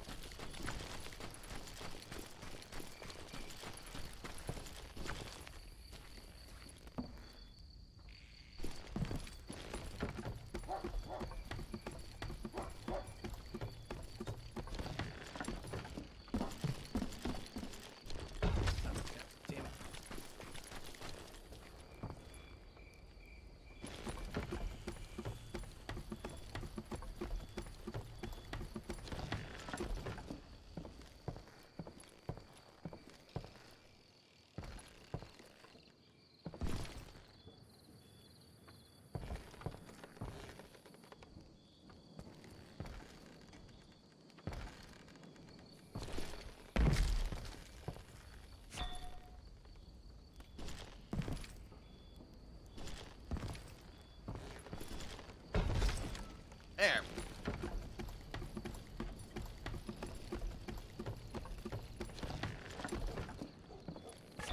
Alright, what are you? Ooh, cattle rustling. Before barbed wire was used to divide the free ranges of the Wild West, cattle rustling had thrived. Many famous outlaws of the time, like Billy the Kid, the Claytons, Curly Bill, Johnny Ringo, all tried their hand at stealing cattle.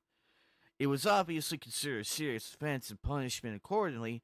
More often than not, a cattle thief never had a chance to appear in court because a vigilante group would usually lynch the criminal on the spot. Those unlucky desperados hung as grim decorations, dangling solemnly from the branches of roadside trees. It's not surprising considering the fact that cattle were the primary commodity of the West. It was often easier to get away with murder than with stealing a cow. Interesting. Next to the cowboy hat, the object most often associated with the Wild West is the percussion cap revolver. Invented by Samuel Colt in 1836, this revolver, along with a Winchester repeating rifle, was the preferred method for dealing death in the latter part of the 19th century. The first revolvers were front-loaded models. Black gunpowder was inserted into the chambers of the cylinder and then covered with a lead bullet. Rammers were used to keep everything in place. All that was left to place percussion caps on the opposite end of the cylinder. Because of that, the early revolvers were known as cap locks, with the cap and the ball inserted separately. The Colt Patterson and its later incarnations were examples of that design philosophy. This includes the Walker, the Dragoon, the 1851 Navy, while Bill used the pair, the Model 1860 Army, and others. The Remington Model 1858 was a unique design because it allowed for the replacement of empty cylinders for loaded ones in the midst of a firefight. Later models used integrated cartridges as ammunition, eliminating the need to load each component separately. The Smith & Wesson Model 3 was such a design. One of its variants is known as the Schofield revolver, and so were Colt's more advanced products.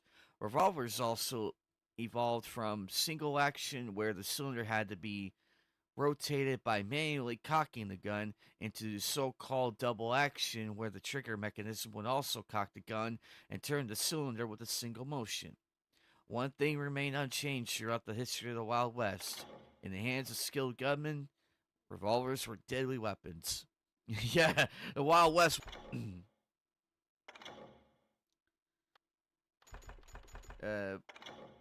Wild Bill Hickok. James Butler Hickok, also known as Wild Bill, is considered by some to be the most famous Western gunslinger of all time. He is remembered as a tall, slender man with long flowing hair and an omnipresent pair of holster Colt 1851 Navy cap and ball revolvers.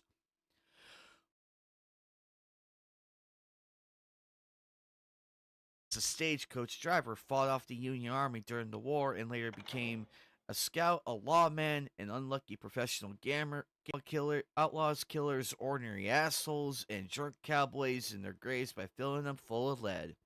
The high noon showdown in the middle of the street, a staple of Hollywood westerns, was not a very common occurrence.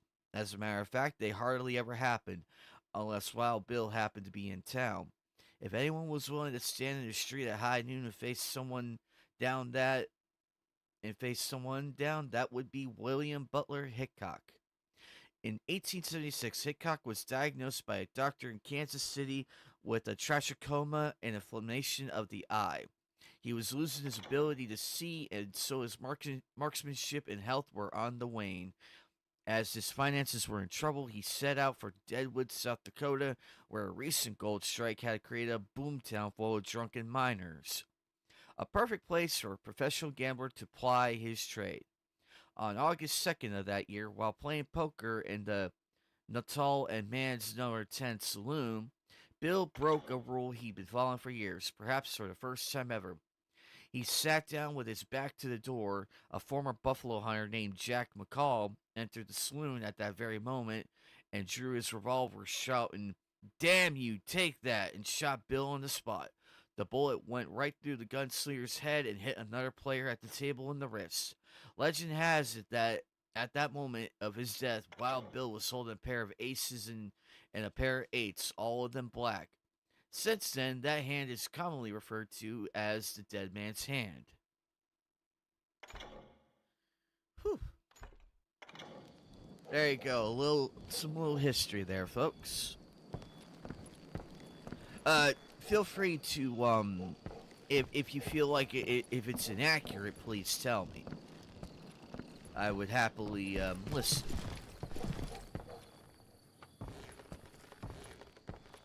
Right, let's advance the story. God damn it.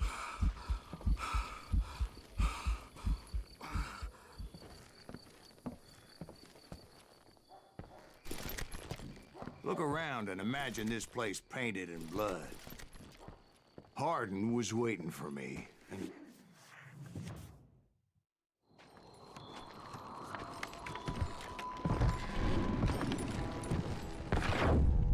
Wait, I'm jumping the gun here. Let me back up and give you some background on this sumbitch.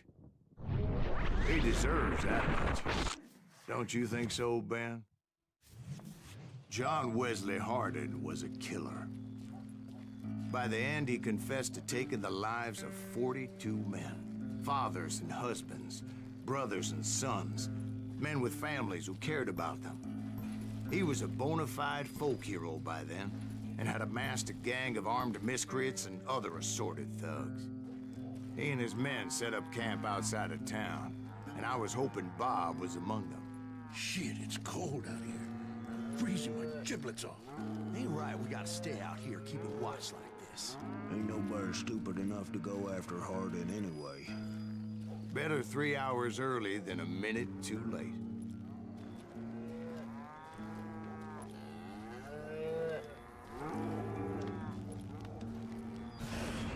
Damn it! Shoot that son of a bitch! They didn't ask why I was there. They knew. As most of them were wanted as well.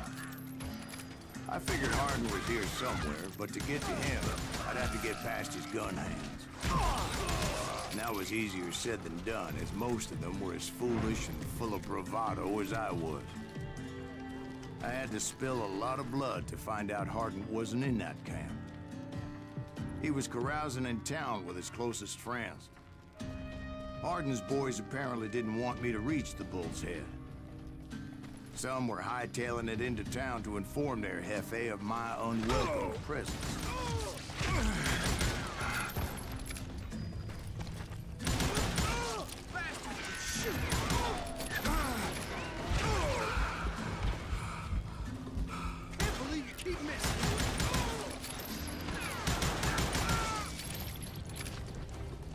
Why was that, Sergeant?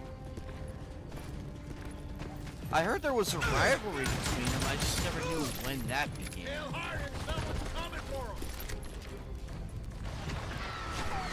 Stop that, son bitch! Let the boys know we got another law dog.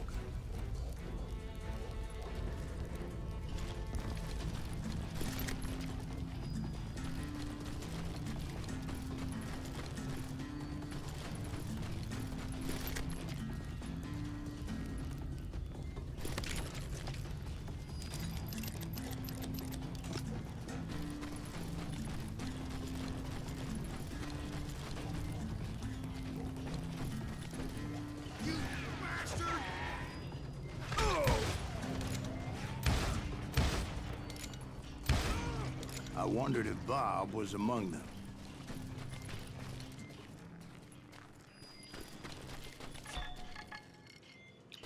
Above.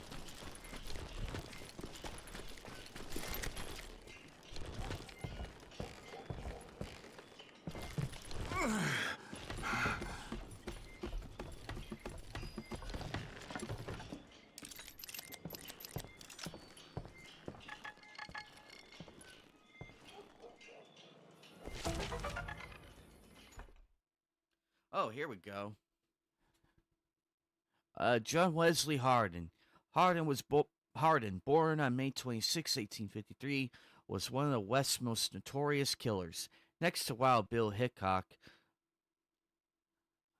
many consider him to be the fastest and most accurate gunslinger who ever lived, or at least the deadliest, as he is believed to have killed 41 men in various duels, shootouts, and other sundry incidents. One story has him shooting a man for snoring too loudly, but many believe that is simply a fanciful legend. Some consider him a cold-blooded killer, while others thought of him as a folk hero. He had a price on his head from the age of 15, but Hardin allegedly only killed in self-defense or tried to defend his freedom. Finally arrested by the Texas Rangers, Hardin spent many years in prison, where he frequented the prison library and taught himself the law. He was sentenced to 25 years and only released after only 17 and promptly passed the bar exam. He tried to make a living as a lawyer but proved to be a much better gambler. Hardin could usually be found sitting in a saloon playing dice or cards. It's an irony that one of the most deadly gunfighters who ever lived met his end the same way his idol, Wild Bill Hickok, did. Both were shot in the back of the head while gambling. Hickok was murdered by Jack McCall and Hardin by John Selman on August 19, 1895. Let's see. Well, from what I know about it, John Wayne hated that Eastwood always played an anti-hero. He pretty much considered him...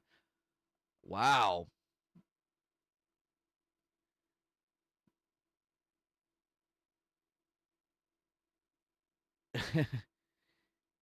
I could see that. I can see that becoming reality.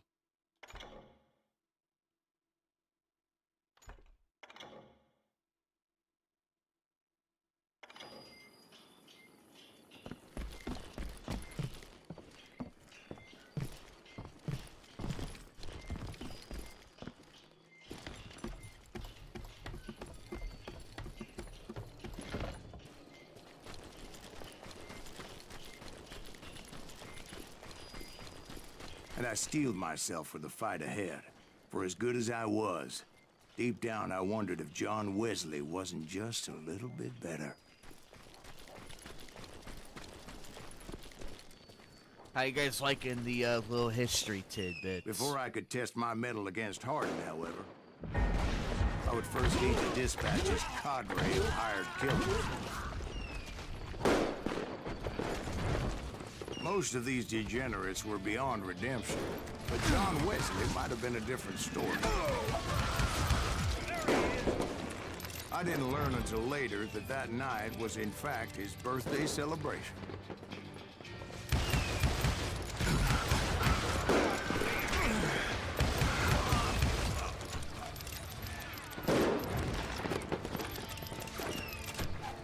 Oh, I agree.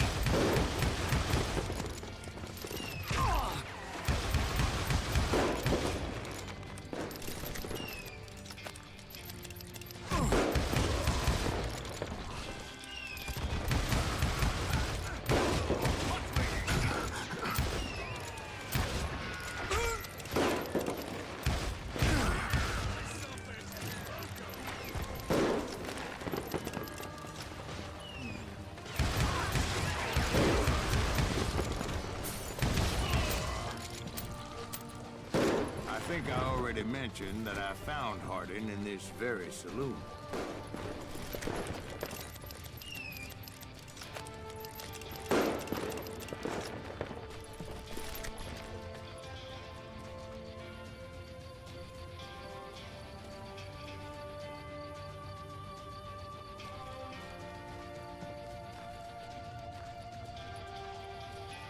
Wow.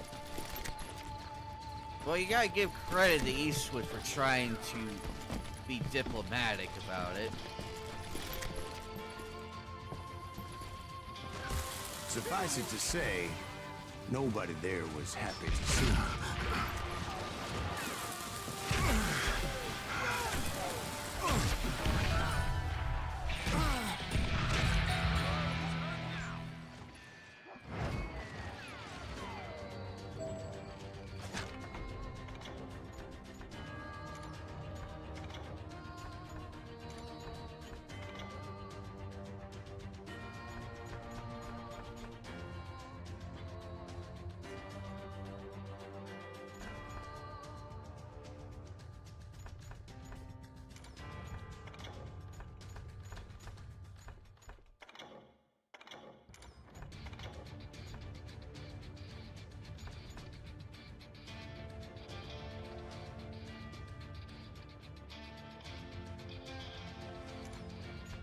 Ooh, Rio Bravo was really good. I like that one.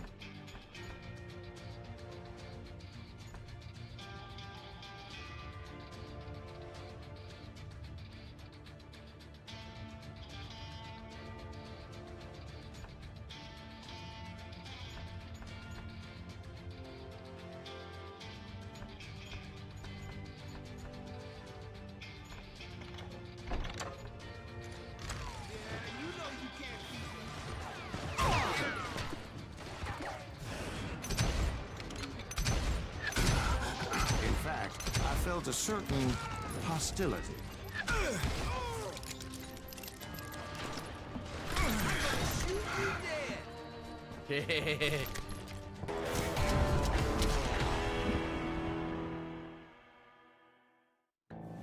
Of adrenaline, or maybe that was fear. He was well known for his tricks, and I knew I'd need my own if I was ever to defeat him.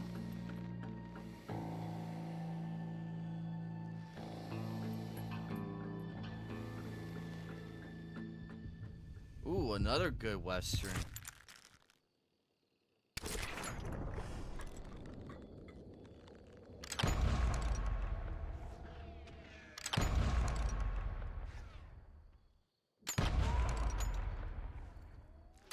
That man was faster than greased lightning. But being inebriated as he was, he didn't count his shots. And now, he was at my mercy. Oh, So he didn't die? No, I sent him to prison. Years later, after he was free, some restless Avenger took his life. Shot him in the back in a saloon just like this one. Anybody up for another beer? Ben?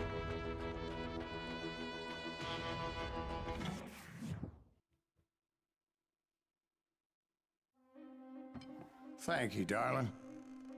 Some say revenge is a dish best served cold. So whatever happened to that Bob guy you were after? Personally, I'd like to hear some of your other adventures. Like, I don't know, did you ever go toe to Red Man? ooh. This is gonna be good. Yes, I did, Ben. I remember once I was after this renegade Apache, Grey Wolf. Strangely enough, revenge was also his prime mission.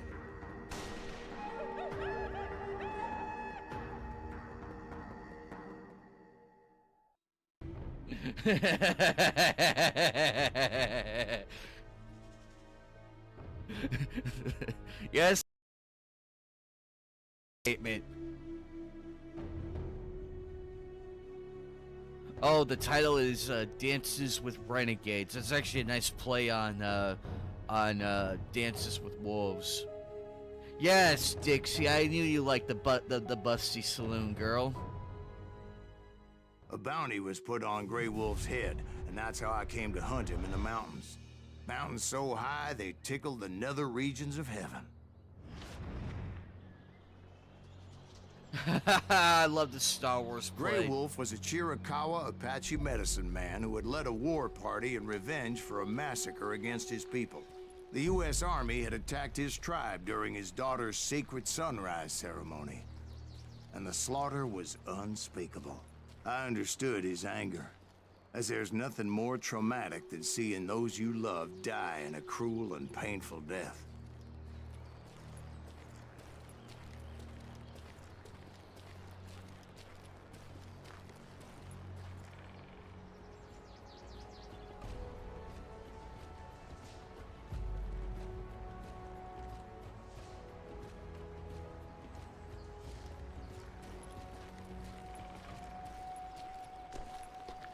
If I come across Grey Wolf's card, Right from the beginning, I couldn't shake the feeling that Grey Wolf was watching my every move. He led a band of young Apache warriors who wanted retribution, and were more than willing to die for him.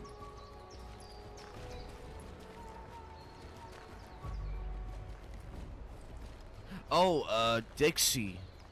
I actually got to meet John Wayne's son. His son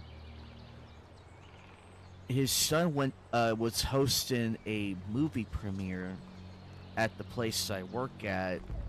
I want to say about 4 or 5 months ago. Really, really nice dude. He was really nice.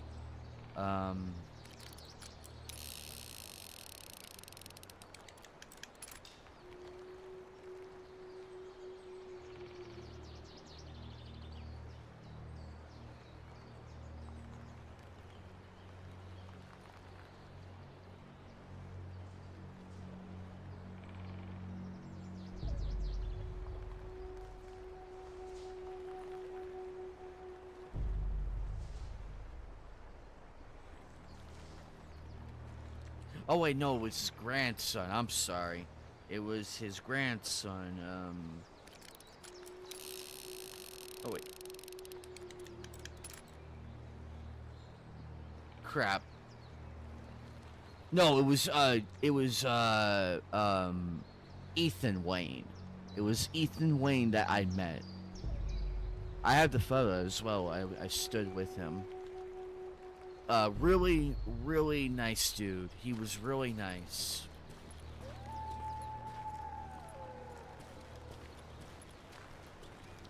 I forgot, John Wayne had 7 kids. I completely forgot about that. I have to be specific whenever I talk about this ordeal. I have to be very specific.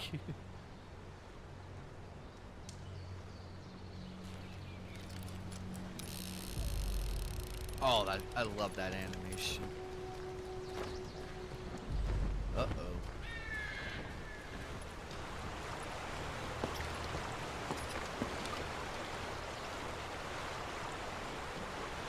You just imagine... They saw me before I saw them.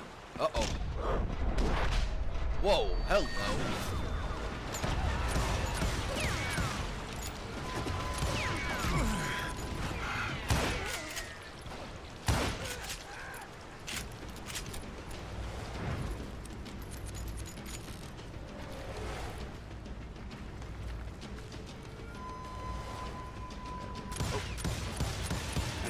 My mind that maybe this wasn't such a good idea. But now that the shooting has started, there was no backing down.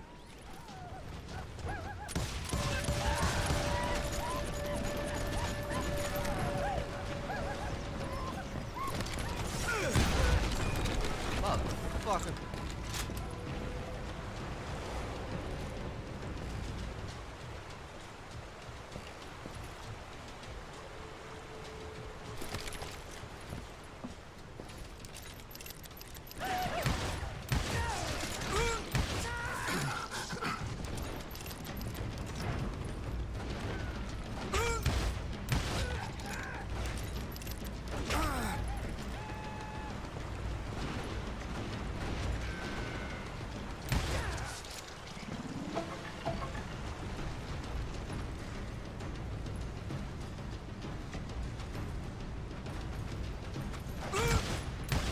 That's good.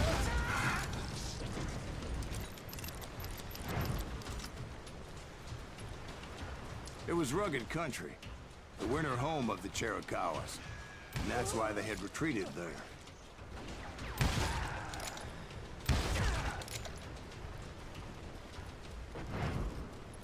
I admit to having some regrets about going after them the way I did. But then again, I got a lot of those.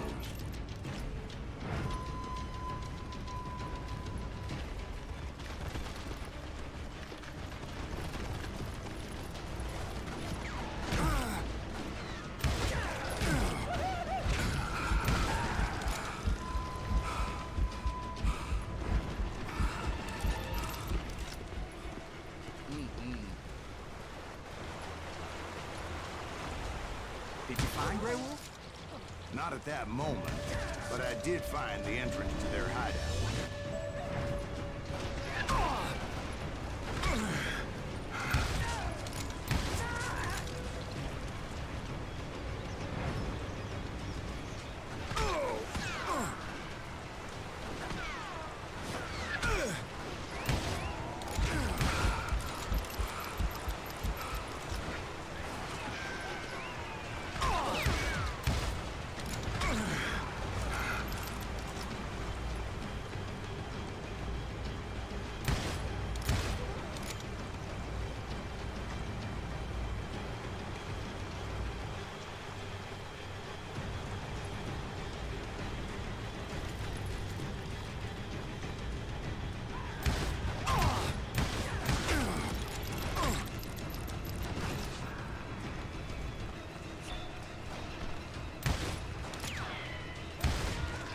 Yeah, yeah.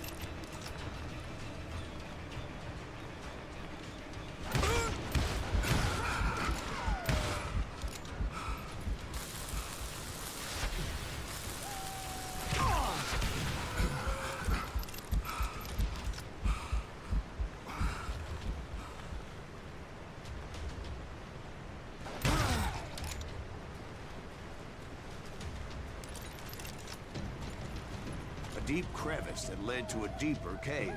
Don't tell me you went in there. Yeah, but it's not out of bravery so much as pure That was angry close. cussedness.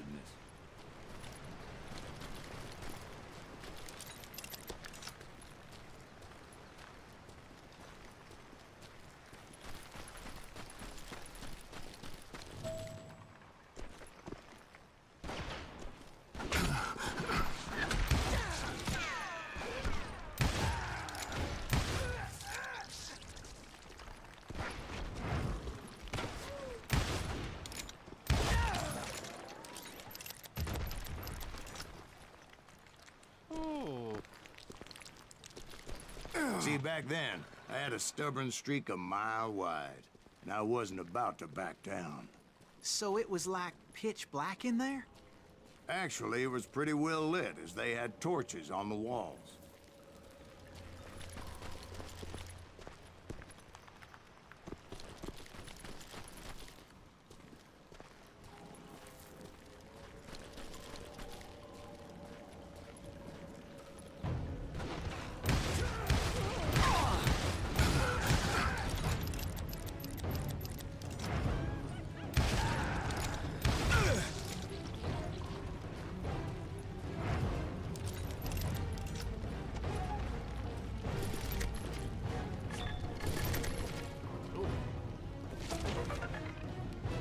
Ah, Grey Wolf.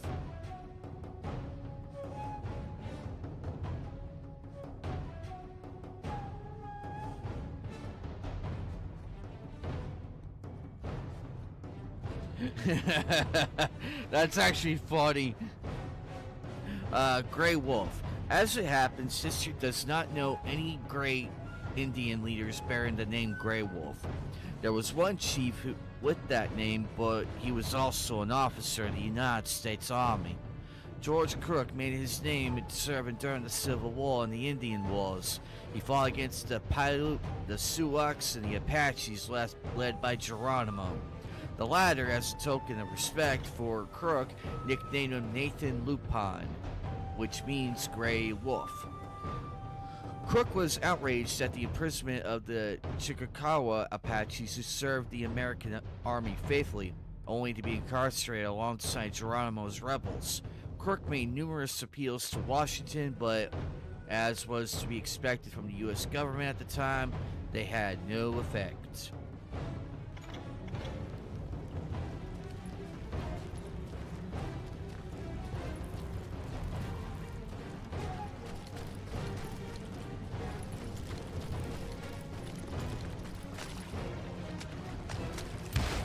How big was this cave? Big as hell, Ben. Chiricahua had hid out there during the Indian Wars.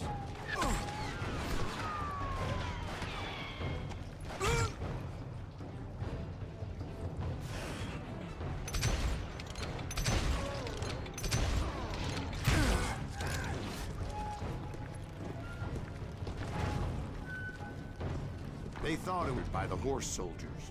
The cave was haunted with dead Indian ghosts?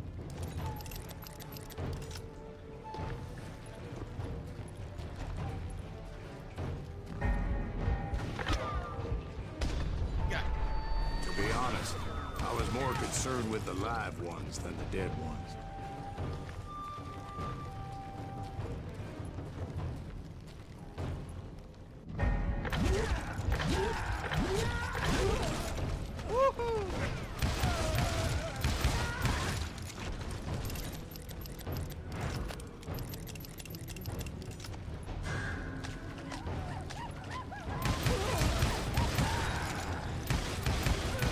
Get out of there.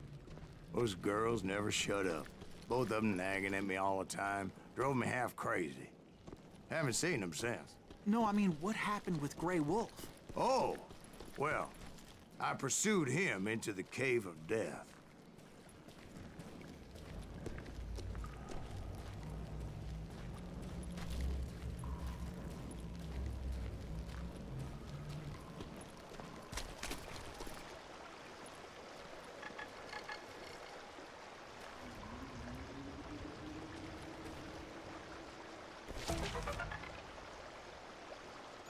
Here we go. Ray McCall. The oldest of the McCall brothers, he and his brothers were sons of a Georgia landowner who fought for the Confederacy in the Civil War. His father died at Antietam, and he and his brothers continued to fight. During the battle for Atlanta, he was demoted for insubordination. After the war, he made himself a name as a gunfighter, famous for his ferocity in the antique conquistador's cuirass he wore as a breastplate. He killed many men to make that reputation and is most well known for his feud with the infamous Juan Juarez Mendoza. Mendoza had an alcazar outside of Juarez, Mexico, and ran an army of bandits that terrorized the border for years. After years of working as a hired gun, drifting from town to town, Ray McCall found his calling and became a pastor, leaving his violent life behind. However, his destiny was not to be one of peace, as he picked up his pistols again late in life to hunt down his nephew. Suspected of killing his brother and his wife, he died in 1884, killed by the same Juarez Mendoza, with whom he crossed paths with years before. His only consolation was the knowledge Mendoza would surely follow him to the gates of hell. Surprisingly, the history books are silent on the subject of this extraordinary man, the gunslinging preacher Ray McCall.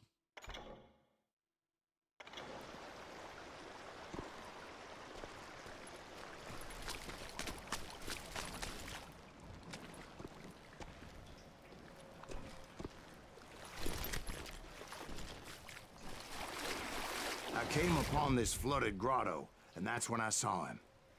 He came to me unarmed and unafraid. His voice echoed in the shadows, and I sensed he meant me no harm. You carry great darkness in your heart, and if you do not release it, it will claim your soul. The sound of his voice put some kind of ancient Indian spell on me. As his story unfolded in my mind, You will come to this place again and kill many more men, and the darkness will grow until it consumes everything that you are.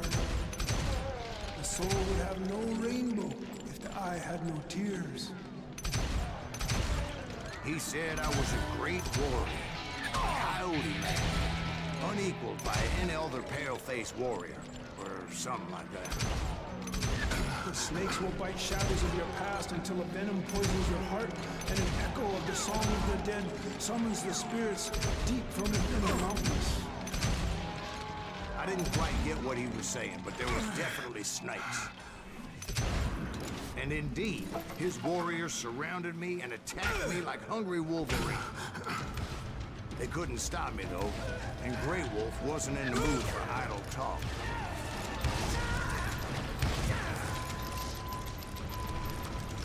Yep.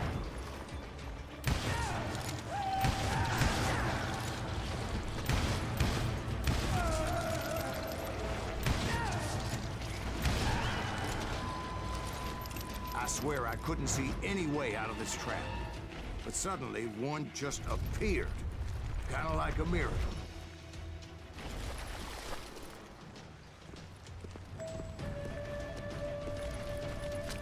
I felt like I would be lost in that damn cave forever.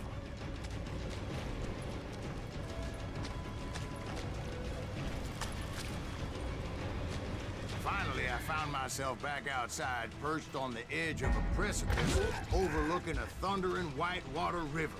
To get where I was going required several leaps of faith, but no way in hell I was turning back.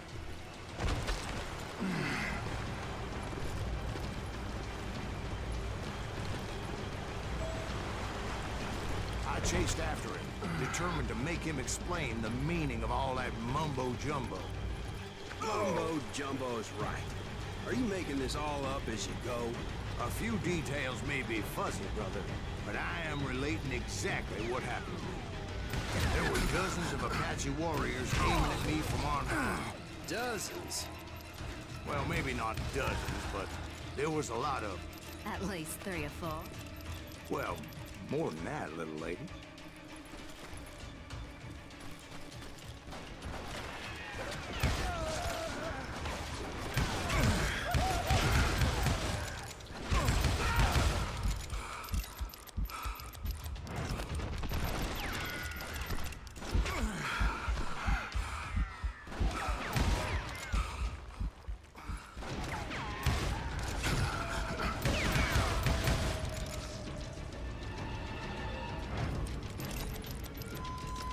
Steep climb up creek ahead of me and scrambled up those rocks like a mountain goat. I was determined to locate Grey Wolf and find out exactly what the hell he was trying to tell me.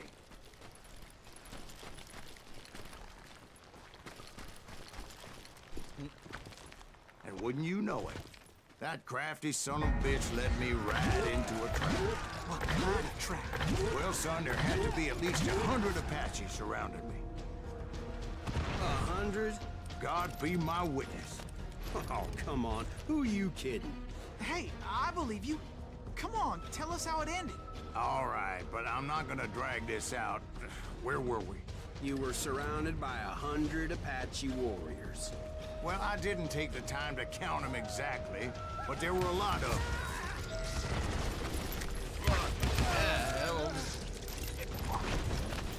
Where? There you go. Come on. Step right up, a bullet for every bitch. Step right up, step right up.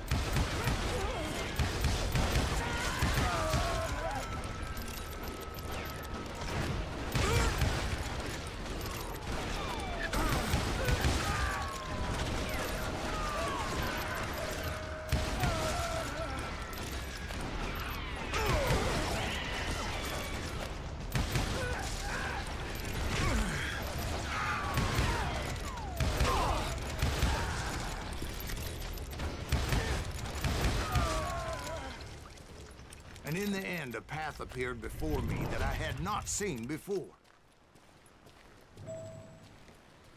I followed it as I desperately needed to find out what Grey Wolf was trying to tell me.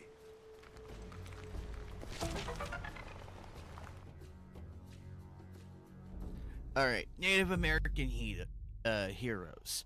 Spotted elk, also known as Bigfoot, Sithankana, was a mini Kojo Lakota Sioux chief who bravely fought the white aggressors. He died, like many of his brothers, on December 29th, 1890, in the so-called battle known as today as the Wounded Knee Massacre. Ooh. Cochise of the Chickasaw Apaches, known among his people as Aditi Tilchi, was a war chief who led a long campaign against the United States Army. He evaded capture many times and continued raids against white settlement until 1872. A treaty was negotiated by General Oliver O. Howard, and Cochise ended up on a reservation run by his only white friend, Tom Jeffords. He died in 1874 of natural causes, and his descendants are said to currently reside at the Mezcalo Apache Reservation in New Mexico.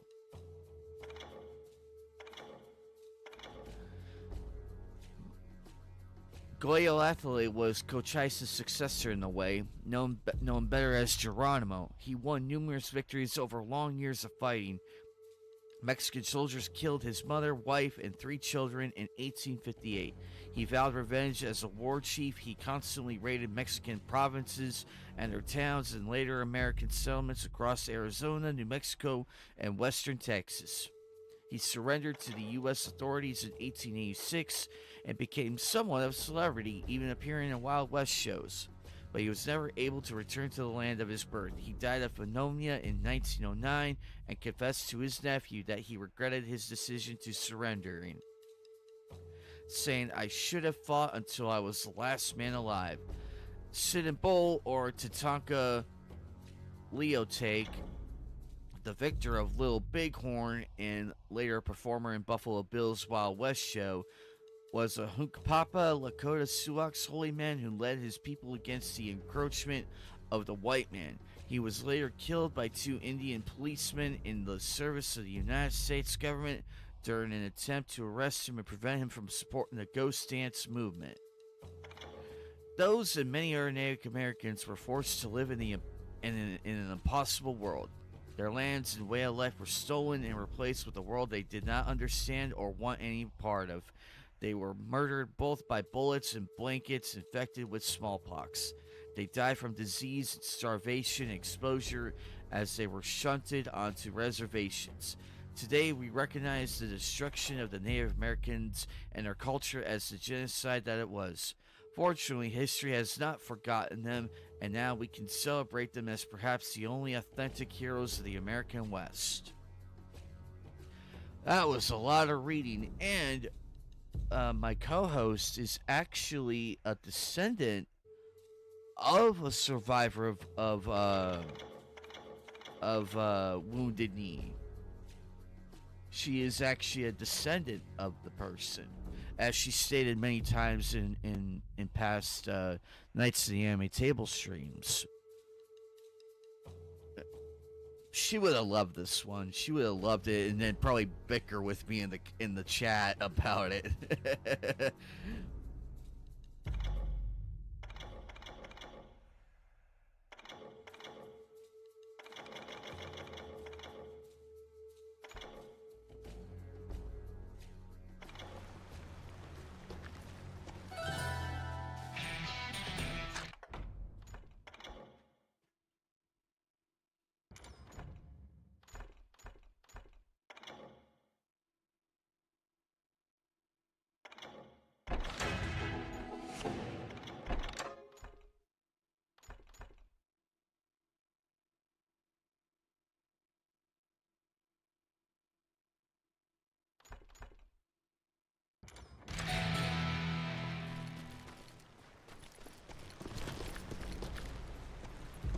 Ooh, Jeff Daniels. But it was like that son of a bitch disappeared into thin air.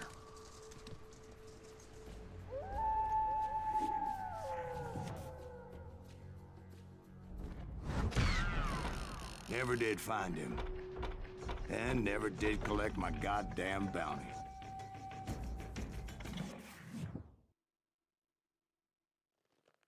Thank you, darling. It's interesting how the truth can sometimes seem might malleable, depending upon your point of view. Like how those dime novels make you out to be something you're not? Jack, don't be starting trouble. No, he's right. They do tend to exaggerate. Did they exaggerate your part in taking down the Daltons? Well, I was there in the flesh, boy, so I saw what happened firsthand.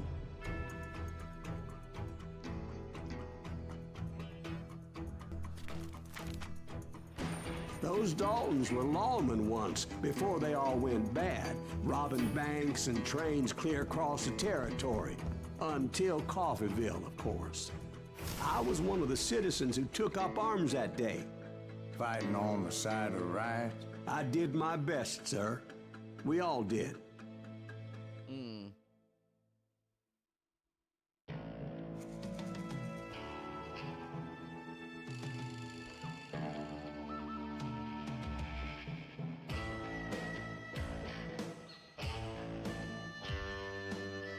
Nice.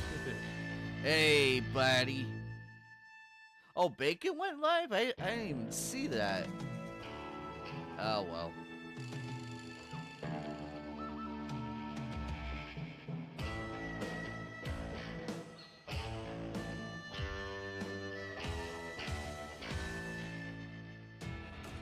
It was early morning. One of my friends was a local gunsmith, and he handed out firearms to anybody who'd take one. You see, the Daltons got it in their heads to rob 2 banks at the same time. 2 banks on the same damn street. Ooh.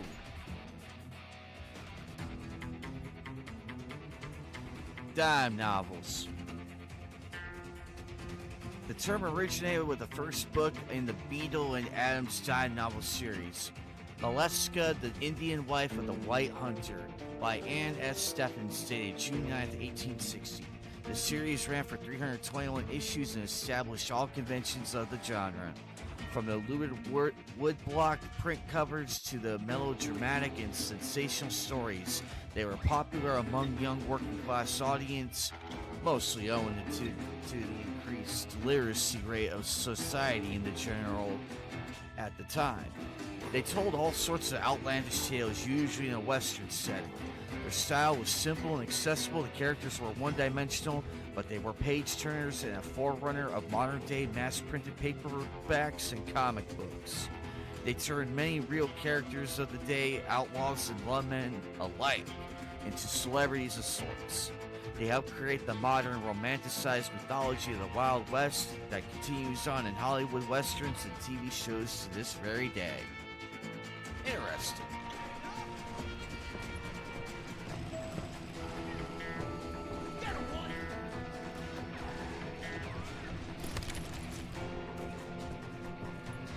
Story was Bob Dalton's girl was always writing him about how he had no ambition.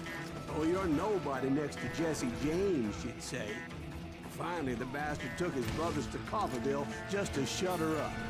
Right. It's always the woman's fault. Well, the locals recognized the Daltons right off. Before they could get away, half the town took up arms to defend their property. Their first mistake was pulling a job in their own damn hometown. The boys grew up in Coffeeville, so everybody knew them. The bank teller tricked them, telling them the time lock on the safe wouldn't open till 9:30. Well, that gave the locals enough time to prepare an ambush for those sons of bitches.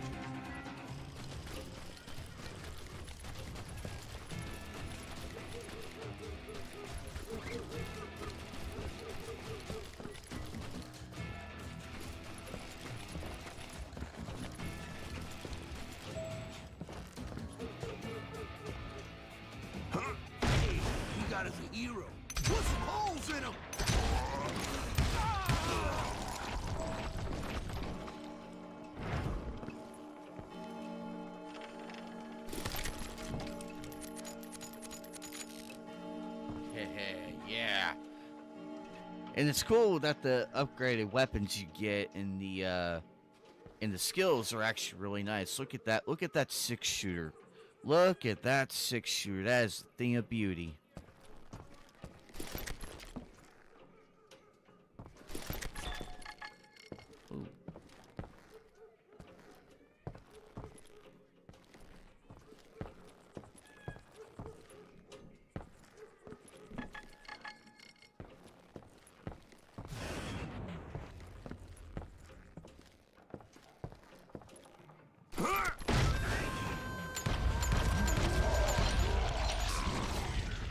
The brothers paid dearly for their stupidity, but everybody knows they had it coming. There's more to it than that.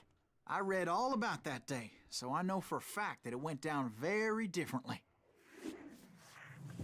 First of all, it was high noon. A posse of U.S. deputy marshals were on the rooftop across the street. Get ready, boys. They're gonna make a move. The lawmen had been tracking the Daltons for months. Now they finally had them dead to rights. Among them was a bounty hunter feared by many a lawbreaker. This man had no intention of letting the Daltons slip away. The marshals tried to get the Daltons to surrender. They'll give up eventually. We just gotta wait till something bitches out. This bounty hunter knew that the brothers were far too proud to ever lay down their guns.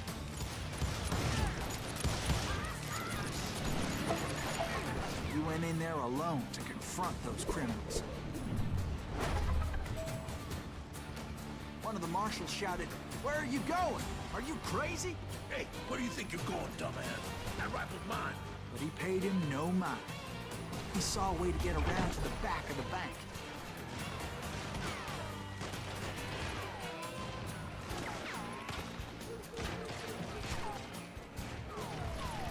Then he figured out how to hit the Daltons from a direction they weren't expecting.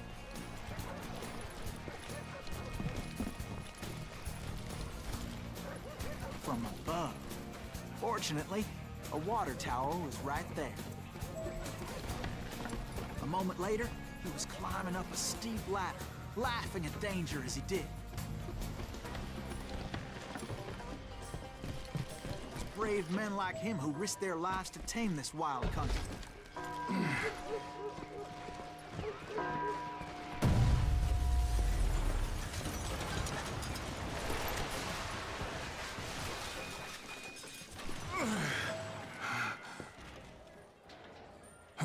We got company.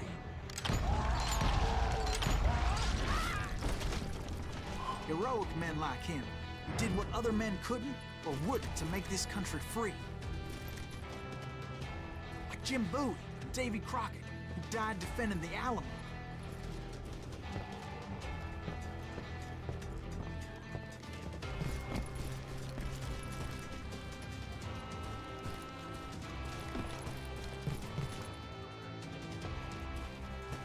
Is that Silas Greaves? Son of a bitch!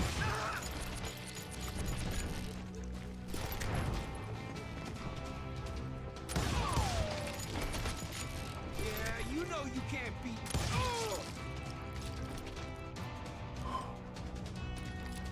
All that shit talking ain't gonna get you nowhere, boy.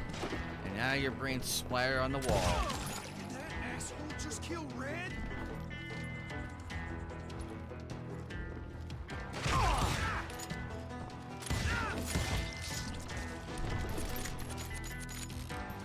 My gun felt lonely. Why not break out another one? Ooh, what's this? Let's see, Coffeeville. On October 5th, 1892, the Dalton gang appeared in their hometown of Coffeeville, Kansas. Their plan was to rob two banks at the same time. Their targets were CM Condon and Company Banks and Company's Bank and First National Bank, located across the street from one another. Brothers Bob, Grat, and Emmett and their compadres Dick Broadwell and Bill Powers split into two groups. Wearing false beards, they showed up at both banks when they opened, planning to pull off a quick double heist. One of the groups robbed their bank without incident, but the others were outfoxed by a brave bank employee who convinced the bandits that the safe was protected with a time lock, which wouldn't open for another 10 minutes. They waited for it to open, and in that time, the entire town rallied against them. The citizens of Coffeeville recognized the brothers in spite of their less than clever disguises and had no intention of letting them escape with the money. A bloody gunfight broke out in the streets of Coffeeville, and the entire gang was killed, except the two youngest, Dalton and Emmett, who were shot 23 times, and he was sentenced to prison. He was sentenced to life in prison but was released after 14 years. He would often say it was U.S. Marshal Hector Thomas who pushed the Daltons into attempting that crazy plan by tracking them so relentlessly. The Coffeyville robbery was supposed to be the gang's ticket out of a life of crime. Instead, it was a ticket to the cemetery for most of them.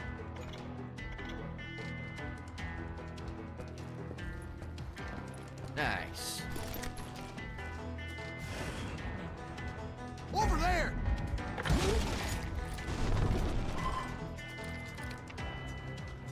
That's Silas Greaves. What the hell? Blam! Blam! Came away victorious, taking down those thieving Daltons.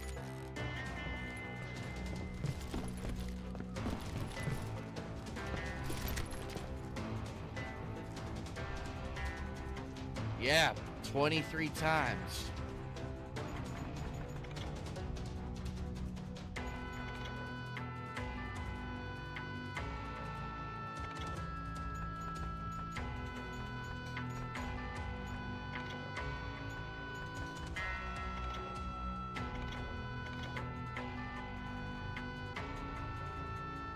Yeah.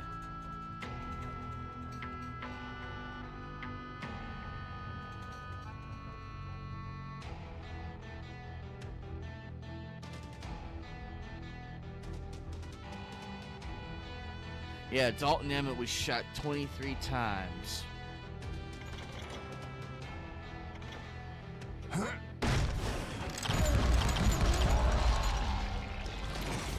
His name was Silas Greaves, and when the dust finally settled, he was the last man standing.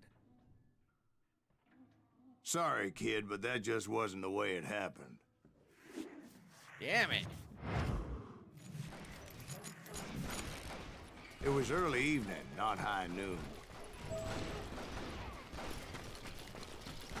The Daltons blew up a safe, and were all set to hightail it out of there. I was late to the party, and Coffeyville was already up in arms. Those pathetic deputies surrounding the bank were dropping like flies.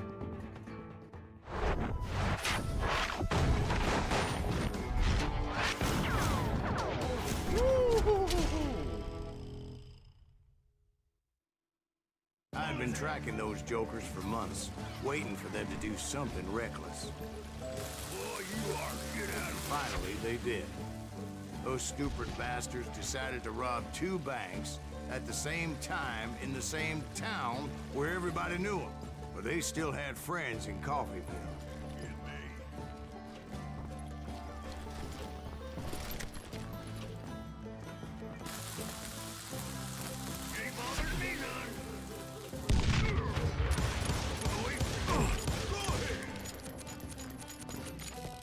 Where you going, baby doll?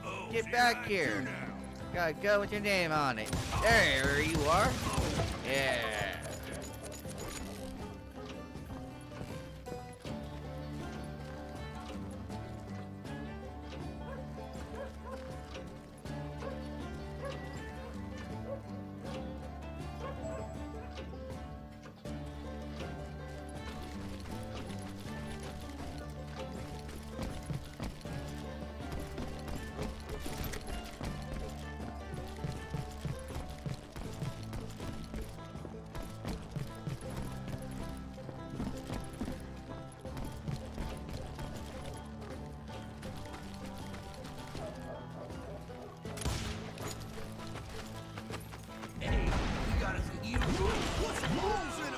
Those friends came after me like a pack of wild dogs, tooth and nail. They were coming at me from all directions.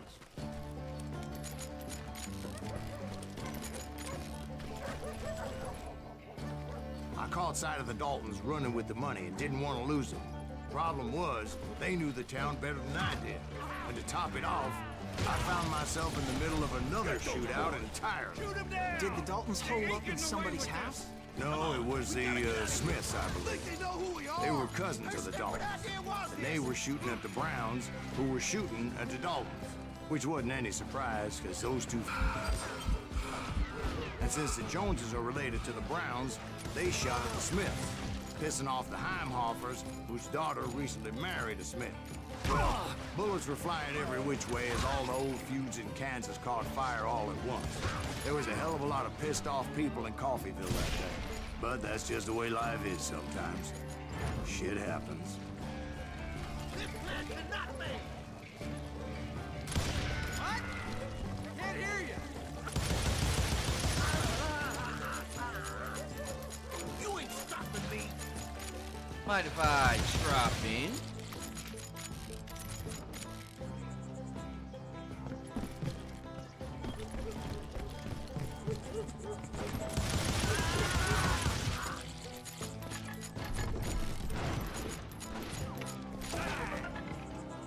The Dalton.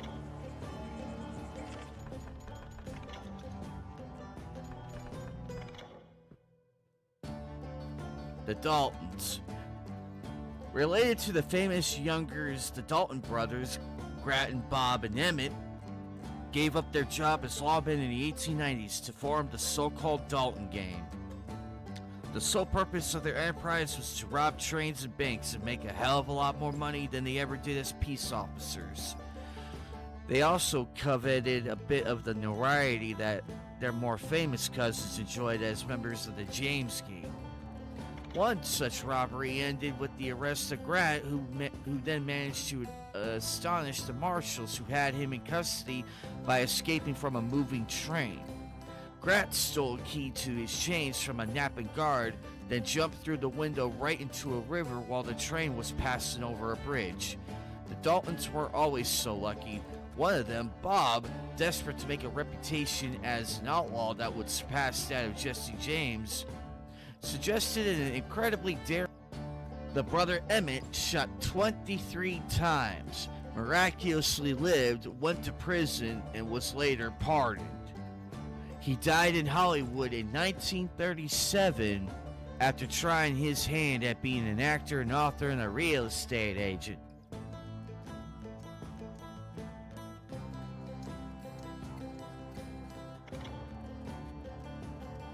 Related to the famous... Oh, sorry. Yep, that's the backstory on the Daltons.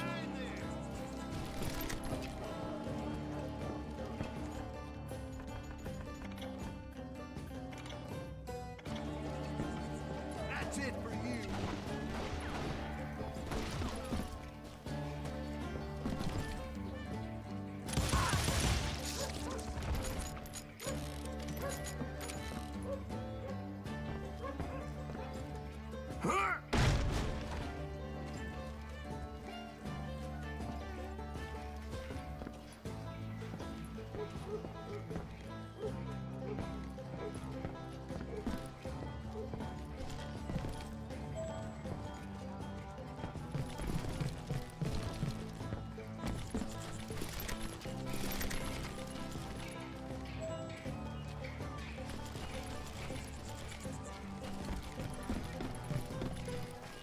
The Dalton boys knew I would never give up. Those Daltons weren't the sharpest knives in the drawer, but they always stood together. They set a trap to slow me down and allow at least two of them to escape. The third brother stayed behind to plant me, just in case that trap of theirs didn't work.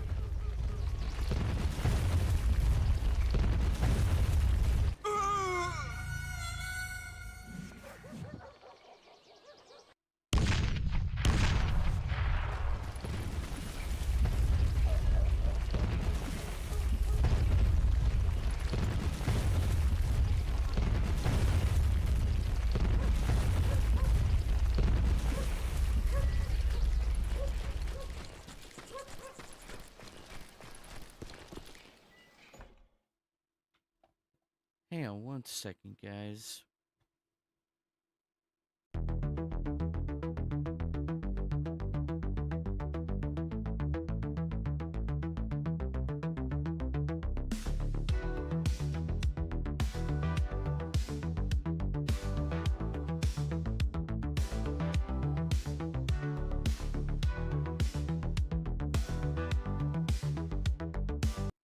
Sorry about that. I had to check something real quick.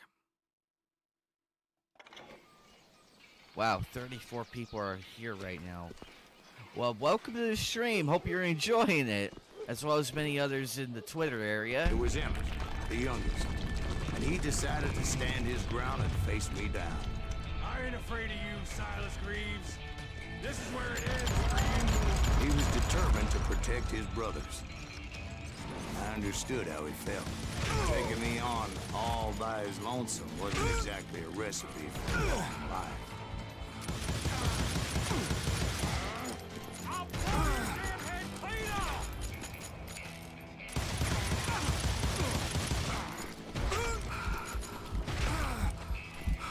Gonna send you to the bone orchard.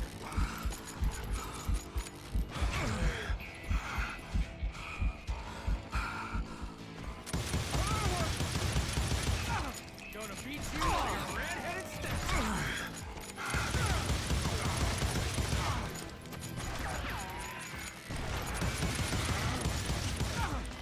I'm gonna tear you apart.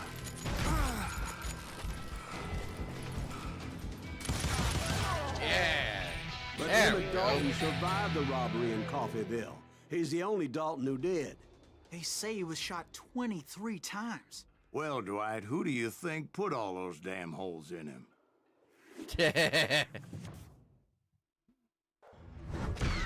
But I have to admit, that boy had grit.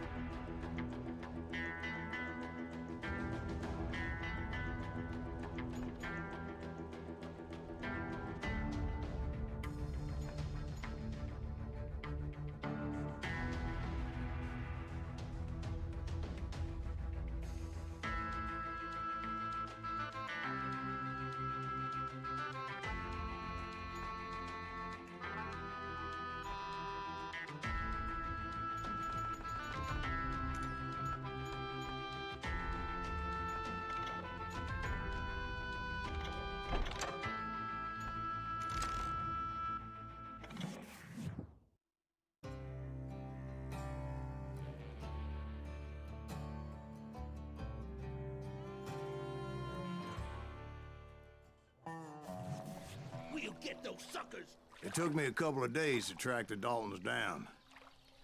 They can't get away with this. And in that time, a whole posse of local vigilantes offered to lend a hand.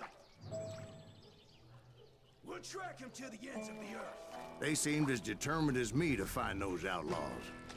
But as we headed into those swamps, it was like I had my own private army. There was no way those boys were getting away this time.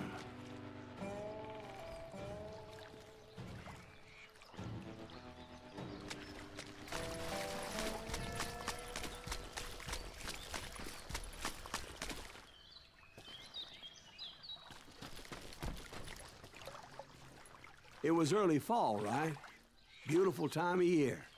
At least you had the weather on your side. Not by my recollection. It was damp and foggy as hell.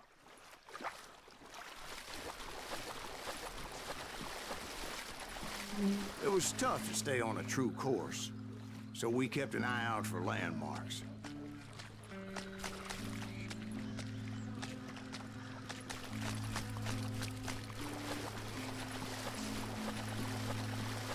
It was autumn.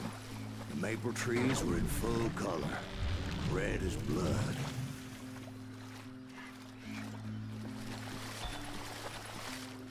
The rains that year were torrential, so the whole area was flooded.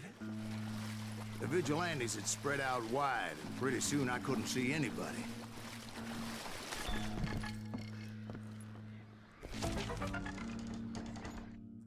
Ooh, Black Bart. Charles Earls Bowles, better known as Black Bart, was undoubtedly among the Wild West's most unusual stagecoach robbers. British by birth, Black Bart was a polite man, known for his manners and refined taste. It is difficult to believe that such a gentleman bandit really operated in California and Oregon in the 1870s and 80s.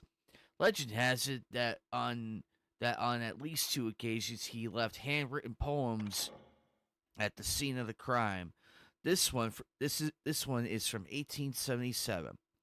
I've labored long and hard for bread, for honor, for riches, but on my corns too long you tread. You fine-haired sons of bitches. Black Bart never lacked personal charm. After getting out of jail, he was asked by a journalist about returning to his criminal ways. He answered with a smile, "No, gentlemen, I'm through with crime." Then another reporter wanted to know if he would write any more poems. Black Bart laughed and replied, "Now, didn't y'all hear me say that I am through with crime?" He never fired a gun during any of his robberies, and all of them were done with him getting to the crime scene on foot due to his deeply held fear of horses.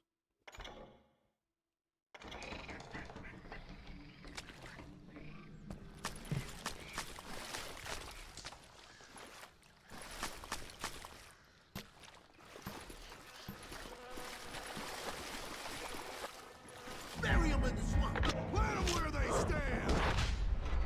Except for some bitches ahead of me wanted to do me harm. So I had to face them alone. I wondered why my compatriots didn't come running when they heard the shots.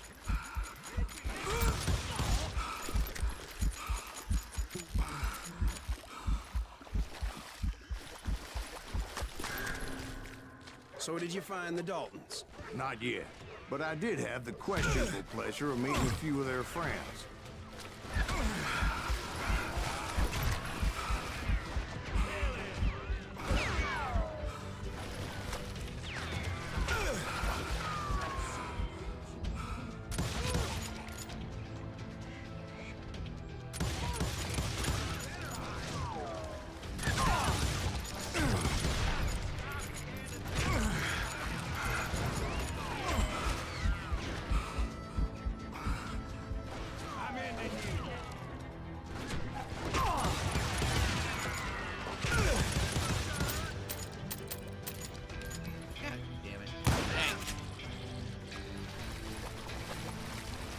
The boys had established quite a reputation by that time, so they attracted all manner of riffraff to their cause.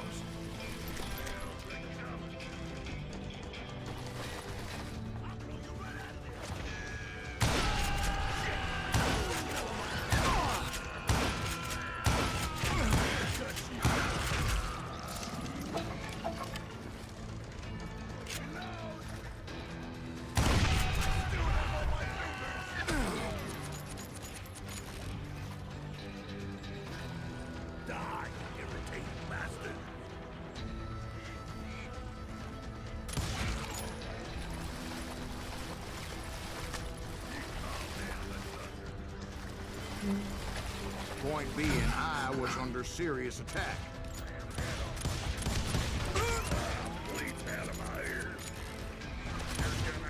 And my reinforcements was nowhere to be seen.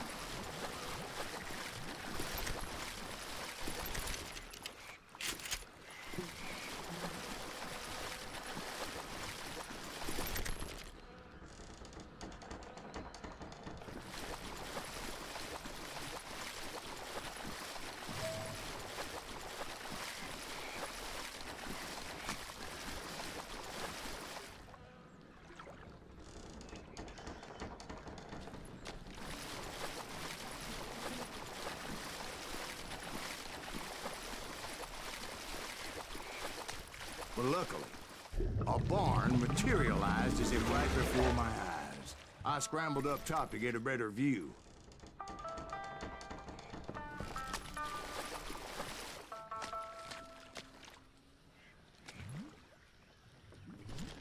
But just ended up falling inside.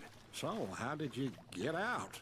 The barn doors was open. About right then, I saw some suspicious characters running through the bushes. Of course, I followed them. But that goddamn swamp was like a goddamn maze, and pretty soon I had no goddamn idea where I was. There were Indians. No. I just wanted to make sure Steve was paying attention. Now, where was I? You were following the Daltons through a swamp? That's right. See, Steve? Dwight's paying attention. Oh, I'm listening. I was just resting my eyes. So, where was I? The Daltons. Right. See, there's a reason so many outlaw gangs are made up of brothers. Being a brother is a very sacred thing. It's a bond like no other.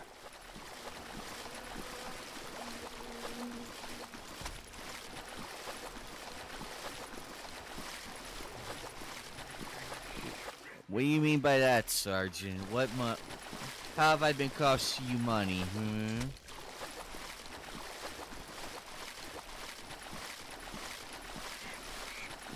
Bounty hunter!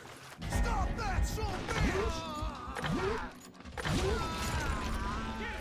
So did you ever find the damn Daltons? Not yet. But I did find a few of their cousins. Panthers breed like rabbits. Or Smiths or Heimhoffers or who knows what. But hell, what's more important than family? I bet Ben knows what I'm talking about.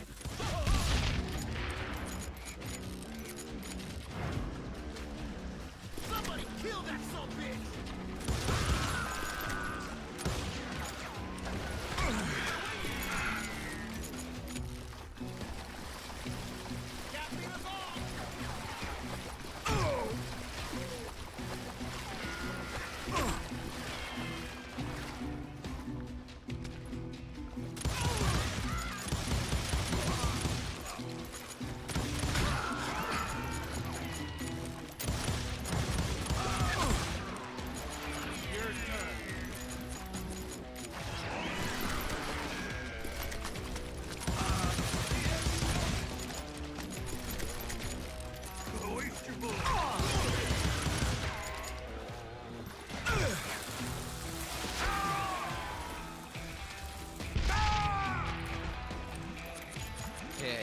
Dynamite go boom.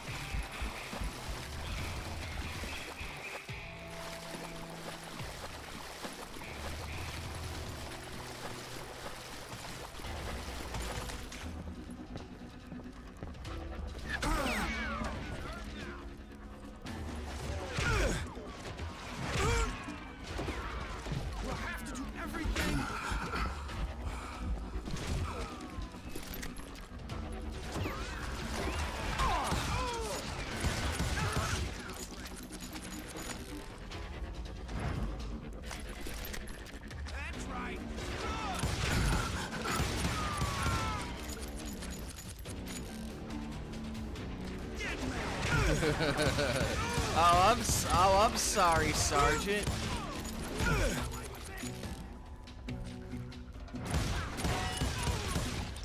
Ready for a belly full of buckshot?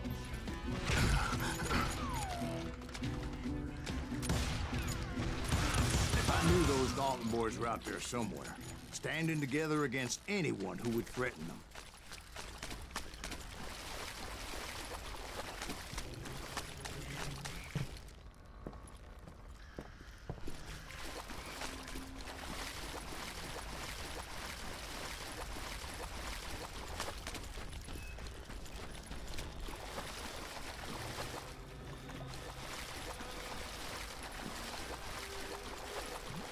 That's when I saw it. A goddamn steamboat. A steamboat in a swamp? Yeah, Steve, but this wasn't much more than a wreck, really. But how'd a damn steamboat end up in the swamps? Guess it floated off during the flood of '89. Now, was it a stern-wheeler or a side-wheeler? What? Does that really make a difference, Steve? It was a steamboat with a goddamn army on board. It was in that a fusillade of bullets come raining down from on high, and those vigilantes who accompanied me weren't anywhere to be found. But among those men that were shooting at me, I thought I saw some familiar faces.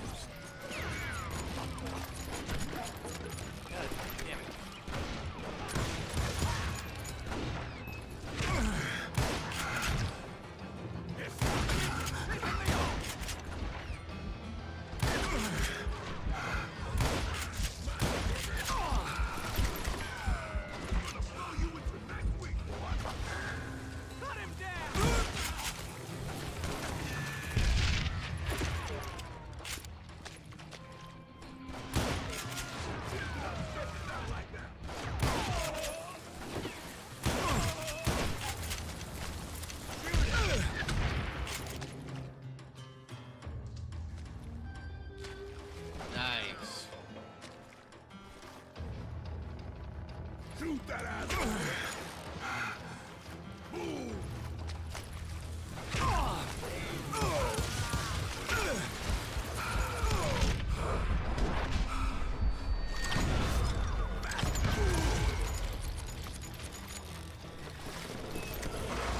Somewhere up there, the Daltons were waiting on me.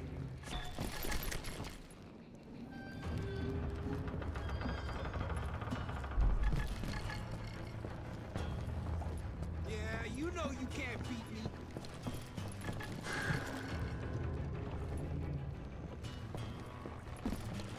Time to...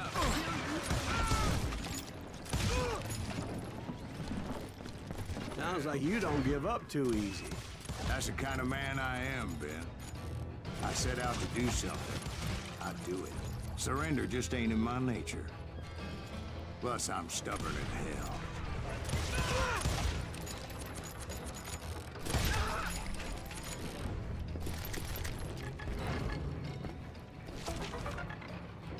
Ooh, the Gatling gun.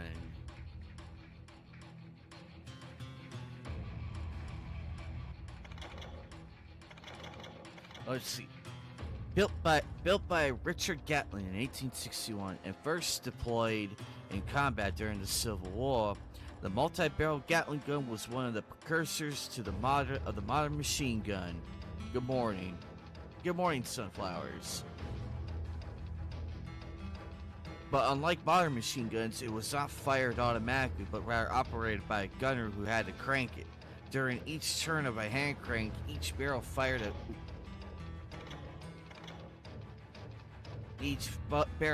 a single shot, after which it ejected the spent cartridge, loaded a new round, and in the process cooled down. This allowed for higher rate of fire without the barrel overheating.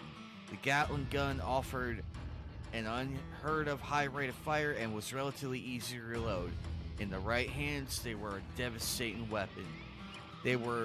Gatling guns were finally replaced by the cell-powered Maxim machine guns that use recoil energy to eject the spent cartridges and insert fresh ones. In its prime, however, the Gatling gun was a fearsome weapon.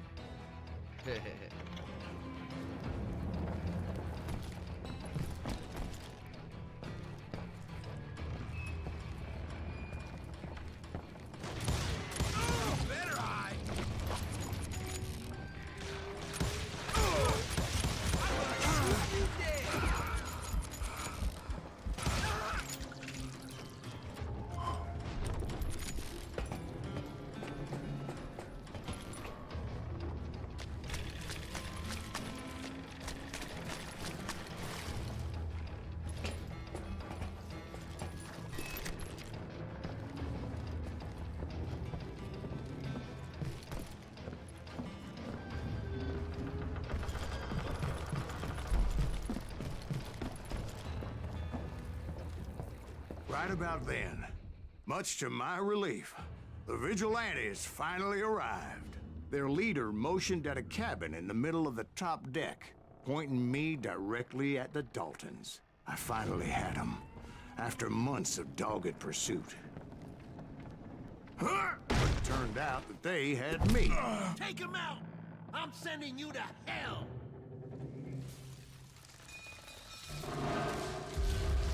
The Daltons had played me like a fiddle.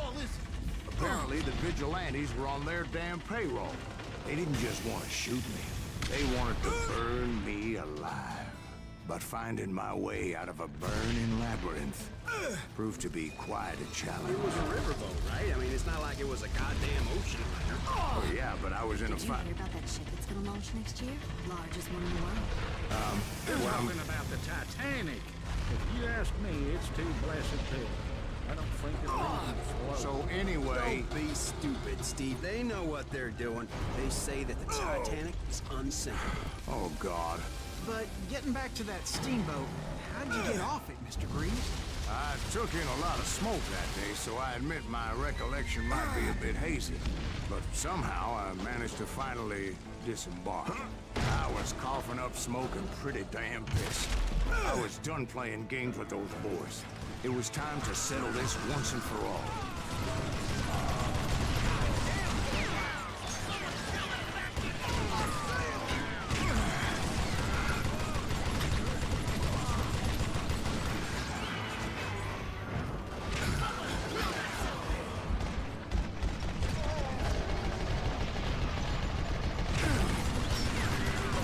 Hey, let's go.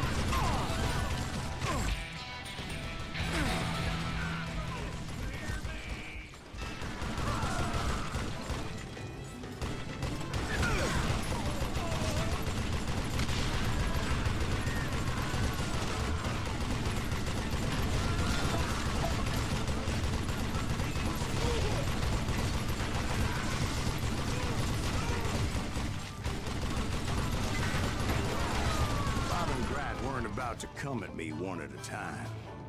They were in this together. Two brothers side by side, determined to take me down. Confident that this time the odds were on their side.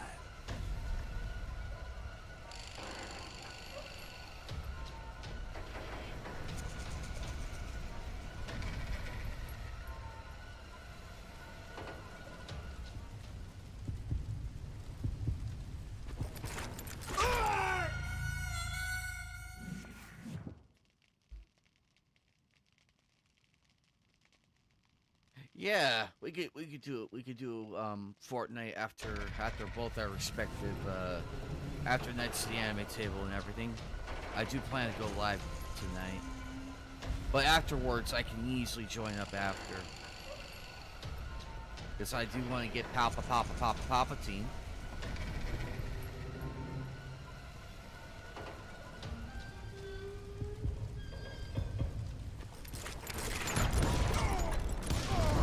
They got it wrong. A sad end for those two. If they'd only known that Emmett was still alive despite his wounds. Paroled 14 years later, he moved to California and sold real estate and lived off the legend of that fateful day. And the tragic death of his two brothers.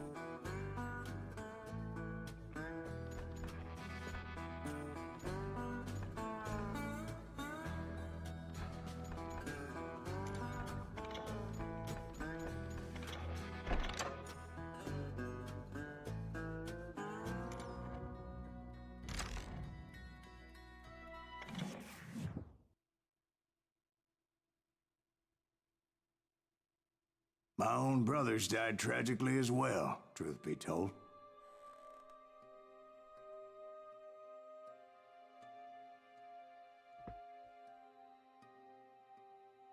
It was 1868, and me and my older brothers were pulling a tidy profit running cattle into Juarez, Mexico. One night after my brothers retired for the evening, I found a little poker game in a cantina with a couple of cowboys. And I just couldn't lose. I even won an old Spanish coin that had to be 100 years old. Well, I was mighty pleased with myself the next morning as my brothers and I rode for Texas. But before we crossed the border, those cowboys caught up with us. It was Johnny Ringo, Roscoe Bob Bryant, and another asshole named Jim. They wanted their money back and everything else we had, including our lives, as those boys didn't want us coming for them later. Bob put that old Spanish coin in my mouth and said, "I won't have it said that I left you with nothing, boy." Well, those horses bolted, and there we hung as those bastards rode away. The branch finally snapped under the weight of the three of us, but being my older brothers were bigger and heavier, they were already dead. And right then I swore to myself that I would avenge them. Ringo you know about. But Bob eluded me, until I heard he was riding with the Wild Bunch.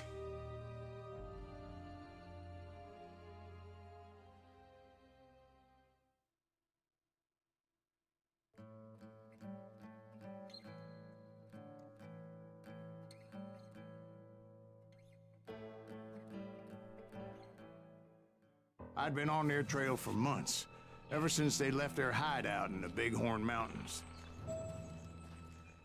Led by Butch Cassidy, they were a loose association of outlaws who robbed banks and trains from Colorado to Montana. Among them was the Sundance Kid, and that murderous hombre I was tracking, Roscoe Bob Bryant. Were you a part of that giant Pinkerton posse after the Wild Bunch? No, boy. A circus like that would have slowed me down. Besides, I wanted Bryant all to myself. I'd heard about a large shipment of gold being transported to Wilcox, Wyoming on the Overland Flyer. I figured the Wild Bunch would likely hit such a treasure, and by God, I figured right.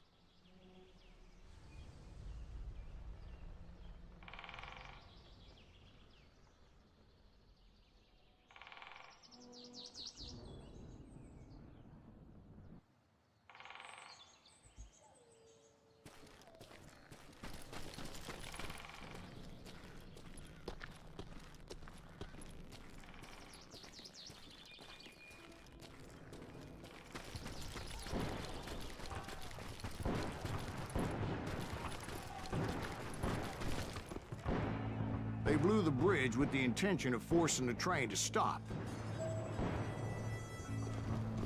Well, I assumed the Wild Bunch was likely in the still intact part of the train high above, so I had no choice but to make my way up through the passenger cars dangling down. I was determined to make that sumbitch Bob pay for what he did to my brothers.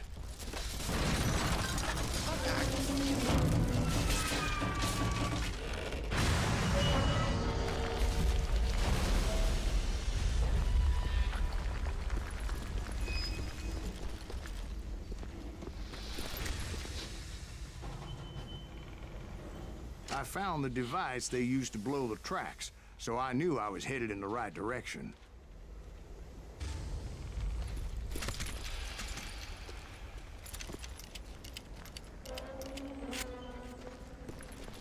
My ears are still ringing from blowing up that bridge.